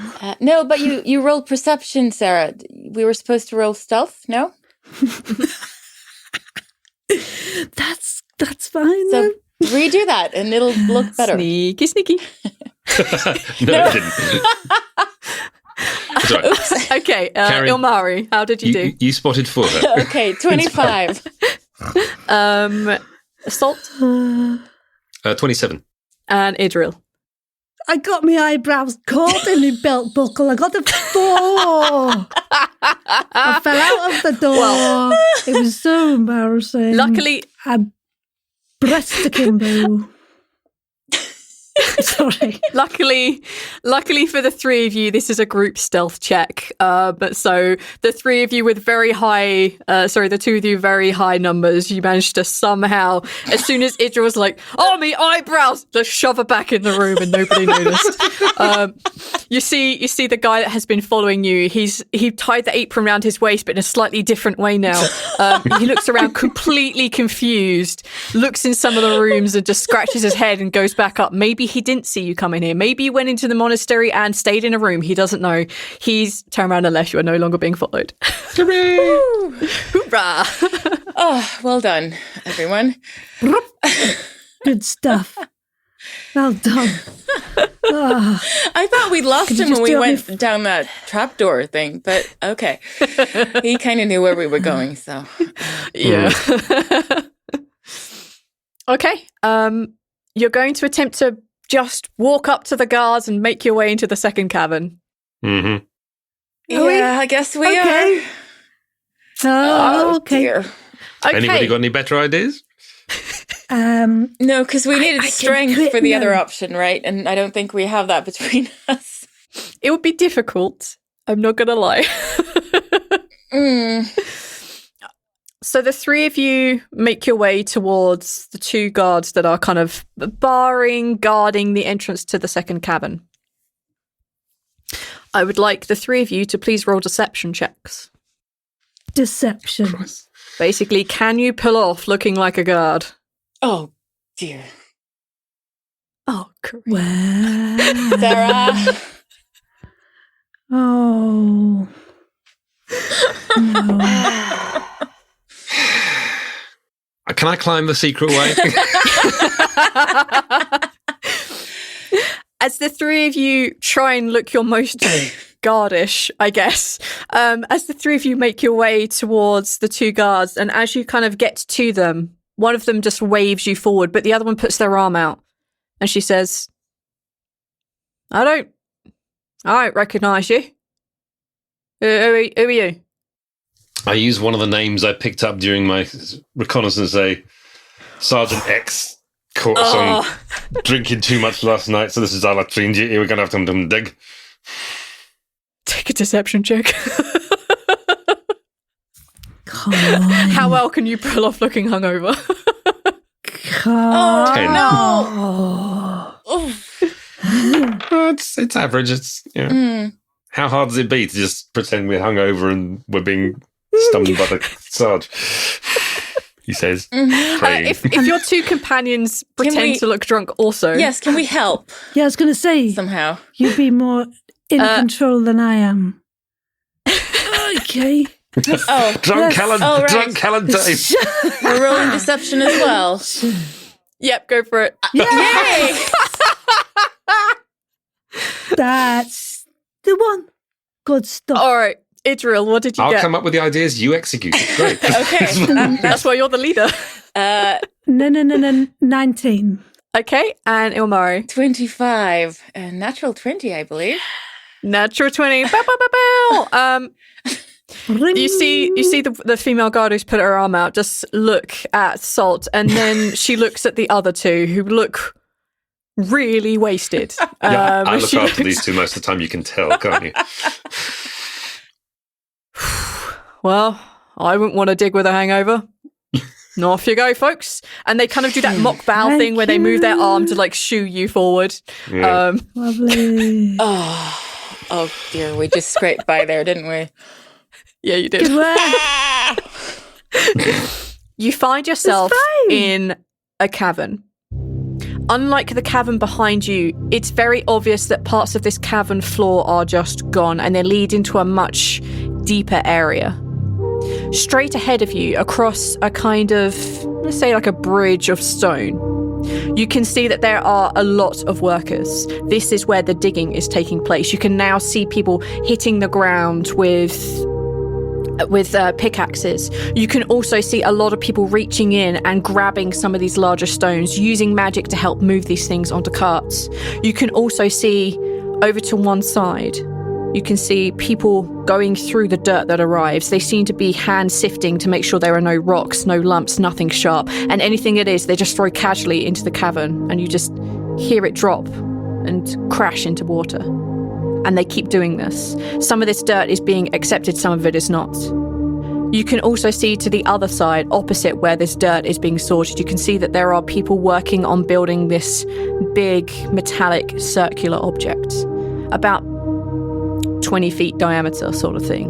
It's big. But you can also see inside of it, they're beginning to put some of this softer dirt, some of this dirt that they are searching through. They're putting it inside the big circular object. On the right hand... Giant orb. Yeah, inside like the sphere that they're building, they're putting this refined dirt, as I'm going to call it. All right, so it's a sphere. Yeah, they're in the middle of building it. Being attuned to the earth and stuff, do I recognise what kind of special properties this refined earth might be?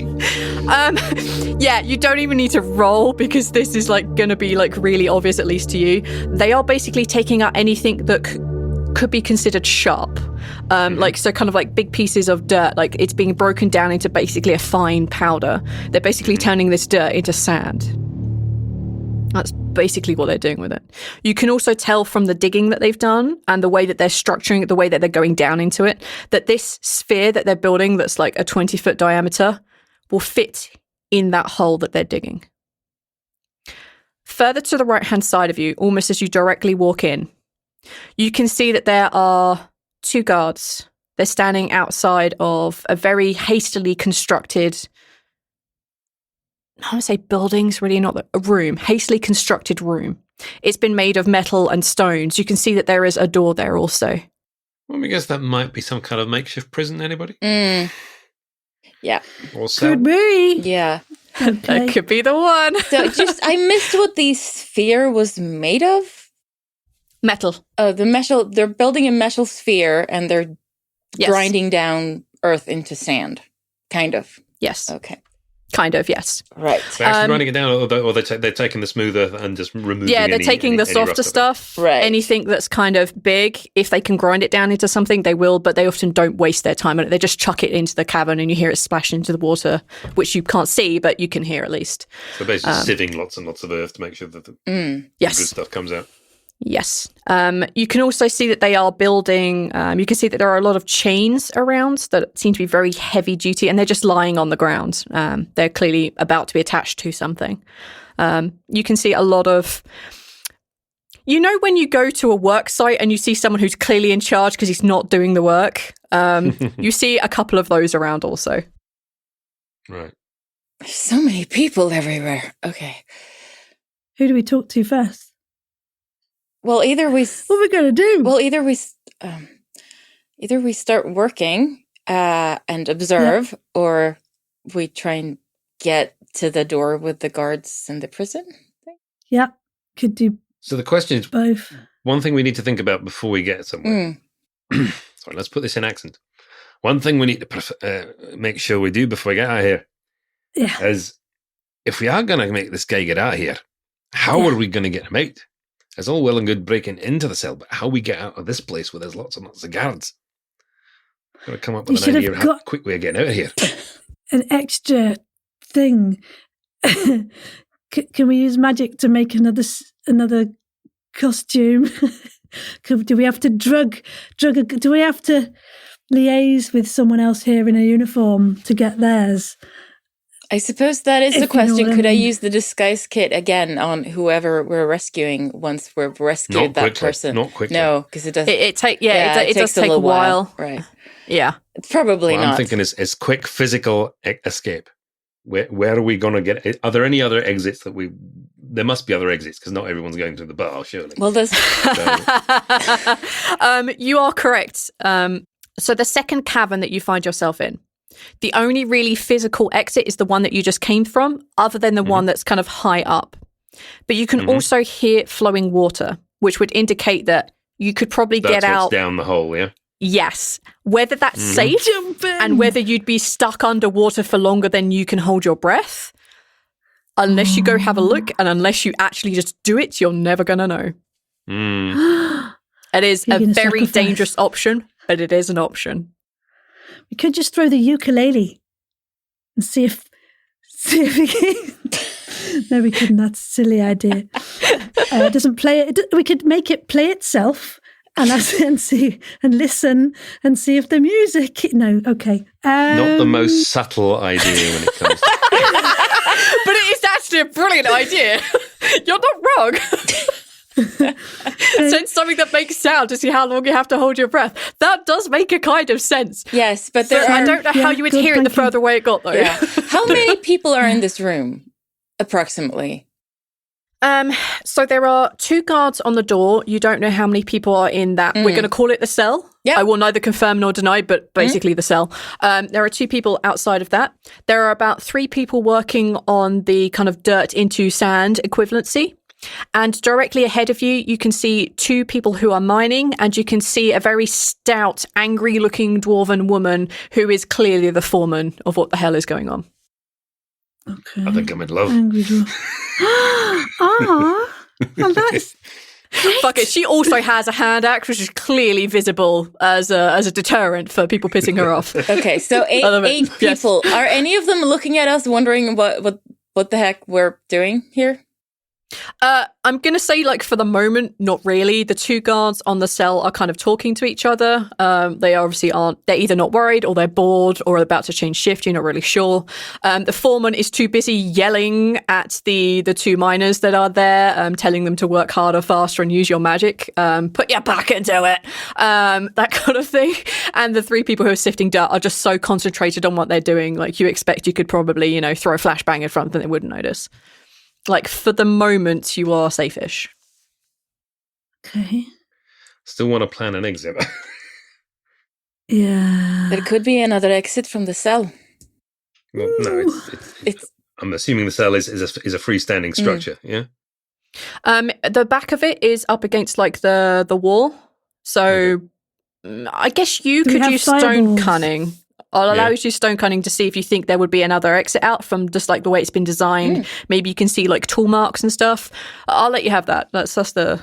I've never used stone cunning for anything good, so let's do this. It's a history check. It's advantage on a history check. 13. Not really. Wow, Rob 20 hates you. You kind of like go to have a bit of a closer look, but you become aware that the guards kind of become a little bit interested in you until you basically step back and go back to your companions. You can't really tell from this distance whether, like, the back of the cell, which is built up, against the back of the thing, whether there would be another exit out of there. Yeah, you couldn't I can't tell. imagine there would be, though. No.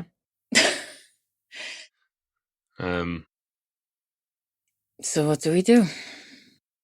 Well, are we going to be forwards or backwards in coming forward? Do we chat to someone first, or are we just going to go in there with you, salt at the front, pioneering the madness? How about we do some digging first? Yeah, because that's what we've been told to do. You can lip read Keeping a our bit. story up. Yeah. Observe a bit more in this cavern that we can. Okay. And formulate a bit of a plan. Who's got the tools? We didn't bring them in. Where are the tools? Oh, there's plenty of tools. There are plenty of tools near the digging hole. Yeah.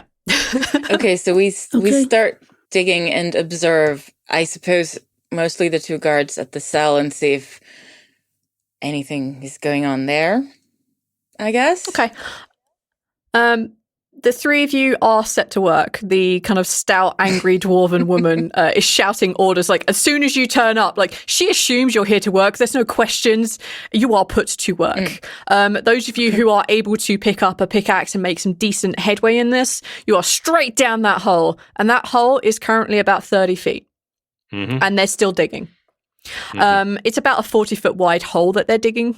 It's pretty big, and like looking at it now, yeah, that is definitely going to take that metal sphere that is currently being built, for sure.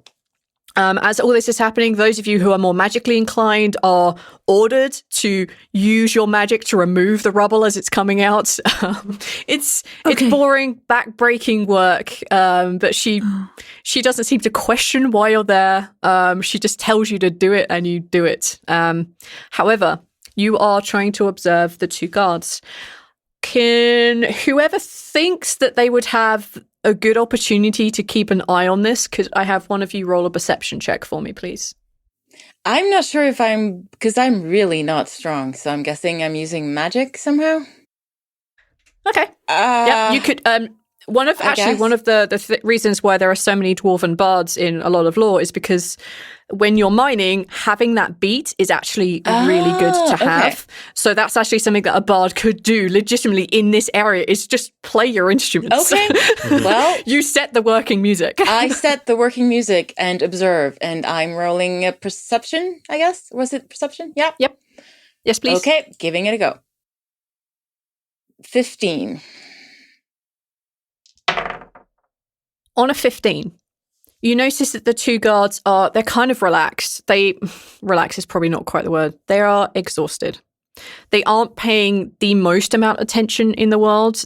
You have a feeling from watching them and picking up some odd words that you hear just echoing across the cavern between the thumping of the pickaxes and the working of other workers. You kind of get the feeling that they are there as a just in case. And if anyone has ever done a just in case shift, fuck me, that's boring. So they are just bored and exhausted. They've been working long hours. You can tell, like, they're probably only maybe half an hour away from changing of shift at one point. And you kind of get that feeling like everybody around here is beginning to like put down their tools and beginning to tidy up, apart from the foreman who is just still yelling at people to do stuff. You have a feeling she's probably going to keep going. Next shift or more, I mean, she's here yelling at people. That's her job. But yeah, you kind of get the feeling you're going to be able to guess when you can tell that there is a changing of the guards. You can also figure out that they're talking about somebody who is coming in the next changing of the guard. They talk about like the mages that are coming and how there's always at least one in there just in case. That's basically what you get. Okay, well, I relay this information as I sort of pass by my pals. Right. Do we have a chance to actually sort of communicate with each other here? Because oh yeah, like as we under like your under your music playing, underneath the sounds of like pickaxes, underneath her shouting, you could definitely exchange information. It would just be a little bit more stilted than you'd be used to, but yes. Okay, so let's figure out a plan. Everything I can think of is silly, so I'm not going to speak. No, I love silly. Silly can work. You went and confronted the guard, and the spy, and you just blew him away. They often spark good ideas, Sarah, so go for it. Never feel like you can't say anything. I was just thinking, accidentally push the silver spear into the hole, causing a deflective action whilst we then get into the cell. That was my silly idea. Thank you very much. I don't even understand what that was. Basically create the world's biggest distraction by pushing the partially made sphere into the water. Oh, the sphere. Sorry, I heard the sphere. I heard spear too. I was like, where is there a spear? I don't understand. Okay, the sphere. Right. That's something. Right. I can appreciate this as a distraction technique is going to be important. So I need to find a way of getting to somewhere where we can hide the healer at the very minimum and get him to an exit fast. All right. What if when you leave the sphere, there is something behind the sphere? Is there anything? Can we go up and use the chains and attach them to the ceiling and climb up? The ceiling would be a little bit too high for the chains that are here. Like the chains, they're long, but they wouldn't be long enough that you could put them into the ceiling and then climb up them. Like, they're not quite that long. Well, it looks like we link them to the cell door, attach it to the sphere, push the sphere into the hole that will pull the door off. No! That would be a distraction, and that would create a hole in their defenses. You are not wrong. Can I see if I can palm the cell keys off one of the guards at some point as I'm going past? Yeah. Like, you can definitely give that a shot. Like, the foreman lady clearly has a set of keys on her. You can just hear it when she shouts really loud. You can hear jangling somewhere on her person. So you would assume that she at least has keys. Okay. I'm not going to try it now. I'm going to try it later after that roll. I didn't see that roll, Karim. I didn't see it. Could we? Is there I am having the worst dice rolls, as always. Is there a chance for a sleepy spell where everybody in the room, apart from us, gets sleepy? I think that's a very good plan. At least take out all the lower level chaps. Yeah. You don't have sleep, but I don't know what spells Imari has. I have shatter. That's not sleep at all, but it's something happens. Let's blow everybody up. Yeah, I think that's a different kind. Yeah. But it happens to everyone at once. I can make someone invisible.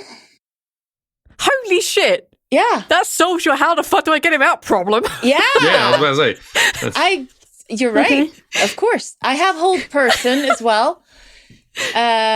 What else do I have? I have hold person. Oh, okay. I have the Crown of Madness. We could send someone bonkers. With Crown of Madness, you control their actions. So essentially what you do is you basically control their mind to a degree where you can make them attack things or not attack things, but you can't control where they move to. Actually, no, that's not true. You could make them move places. That is an option, actually. Could we make the lady so cross that she breaks the cell open and then jumps into the water? I don't know. Her screams. No, not quite. I also have prestidigitation. Is that how you... Prestidigitation. So I can move little things, but I'm not sure if that's helpful. I think we got to do the following. We need a distraction. Distraction. As everyone's distracted, I need to get hold of the keys. We need a distraction to distract everybody. We get into the cell with the keys. We make our friend go invisible. We try and make our way to the exit as fast as we can. And we hold the whole person and other spells for defense spells as we get out. Where does the water go? Do we not trust the water then? Yeah. No. Do we try the water or the irregular exit? We can go for it. Have I spotted any other exits, V? Not really. I mean, the water it goes as you would expect into, like, you can see that it's flowing through this cavern. You can't tell where it's going out to, though, I'm afraid. Could we but it ask, definitely goes out. Could we discuss that with another soldier person? Like, what's the water go? Can we do that? You could definitely do that. Give it a go. Who do you want to talk to? The dig-in folks, because they're a bit knackered. No, that makes sense. You can see that the one that is digging next to your friend Salt, they just look kind of tired. I mean, they're a big burly person, but they're also kind of tired. The elf looks at you as you begin to try and get their attention, and he says, "What?" Just wondering where the water goes. Well, one would assume it probably goes out to the sea. I think it comes out into a river, maybe, I don't know, maybe a couple of 100 feet over. Okay. What, and could you get a boat down there? Oh, I shouldn't have thought so. I believe it gets narrower, but not much. Okay. So if I wanted a little cool down, could I get down there and get back up again easily? Well, I think if off, come back up. Well, you could definitely climb down there and climb back up, not a problem. If you were thinking of jumping in there and just floating away, I bloody am for sure. You'd probably make it out. A bit long to hold your breath, perhaps, but doable. Oh, is it? Okay. Cheers. Is there anything you want to ask, Ilmari? Typical teenager response. Okay. And how long of the changing of the guards there in the cell? Like, can I take a stint? Take them off their feet for a bit, do you reckon? Yes, you could probably ask Orthane if you're desperate to hang around that creature. Orthane, yeah. And what's the creature like? Have you seen him? Yes, he's uncomfortably happy. Oh, really? How? He just doesn't seem to care.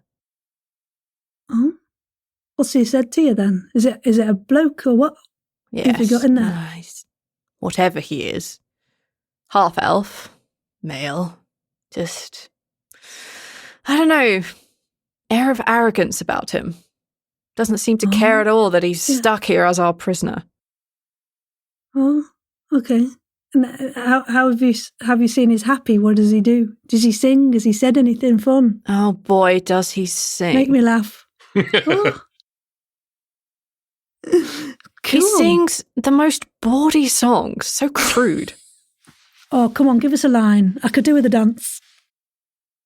I wouldn't. No, it's not my thing. Sorry, I don't really have the singing voice for that. And besides, thank you. So have you seen my pally? My pally has just said that there's a half-elf in there. Very happy. Yeah. Anything you wanted to ask? No, it's good. It's good. I was just saying we could ask I've forgotten, orthopedic man if we could take over their shift for a bit, maybe. Orthane with the big feet. For those of you playing the How Do You Spell It at Home game, Orthane.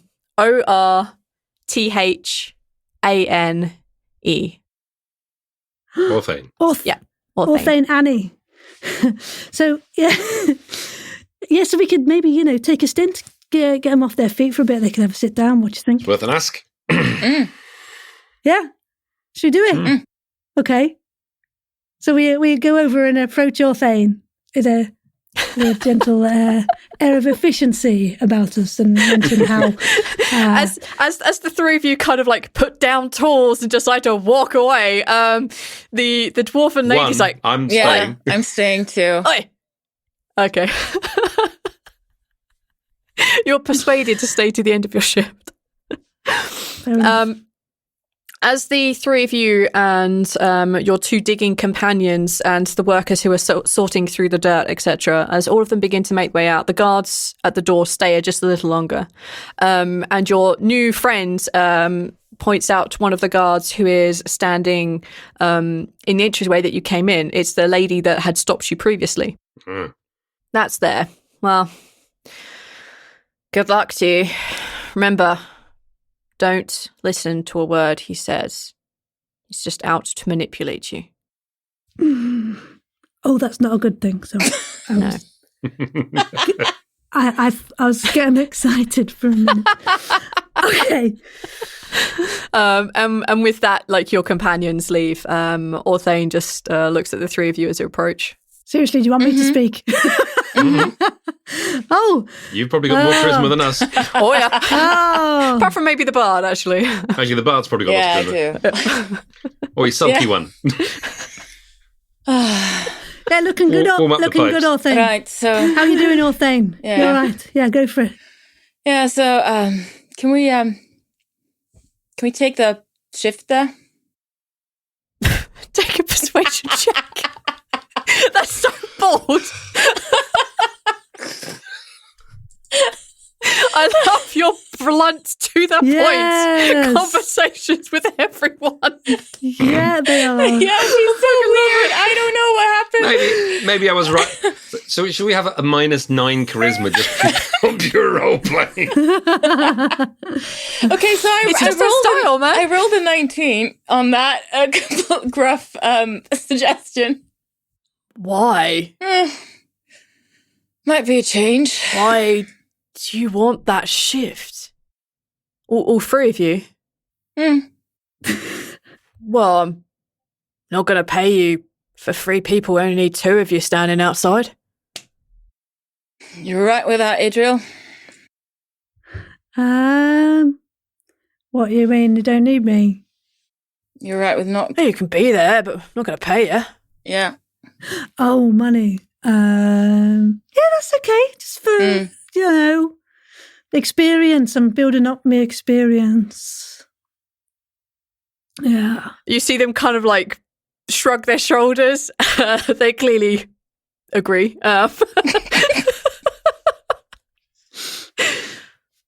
All right, sure. I mean, the Zoran's going to be here in a bit, so go right ahead.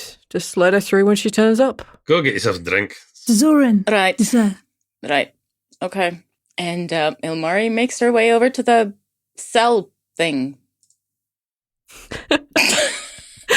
The two guards kind of see the three of you arriving, and they kind of do that very back and forth, like, there's three of you. Are you getting paid? Are you insane? Well, all right then. Not my dollar.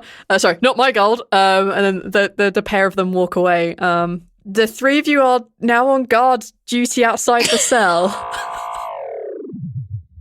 Hi everyone, it's Fee. It's just going to be a quick short outro today. Want to say thank you to Demolius, I hope I got that right, for the name Dezorin, and from Duke Mudwater, I want to thank you for Orthane.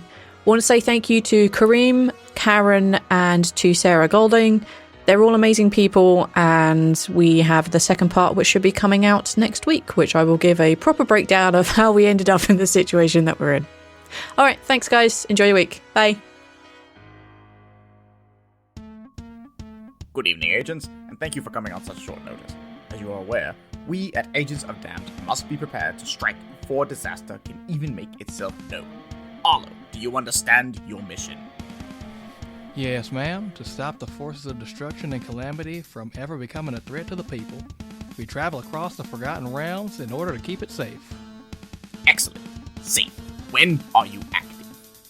We're on assignment every other Friday, but patrons can listen to our misadventures a week early, learn more about each adventure in a special after show, and even hear tales from some damned operatives other than us. Perfect. And with Terra, where can people find you? I don't know what any of these are, but Bookworm says that people can find us on iTunes, Spotify, Podchaser, or anywhere else that people listen to podcasts. If they want to reach us personally, they can join us at Facebook at AOD, Twitter at Agents of D, or on our website at agentsofdamned.com. What's a website? Good. Now that you all understand your mission, you are all dismissed. And remember, you are the Agents of Damned. Kiss for good luck. Arlo!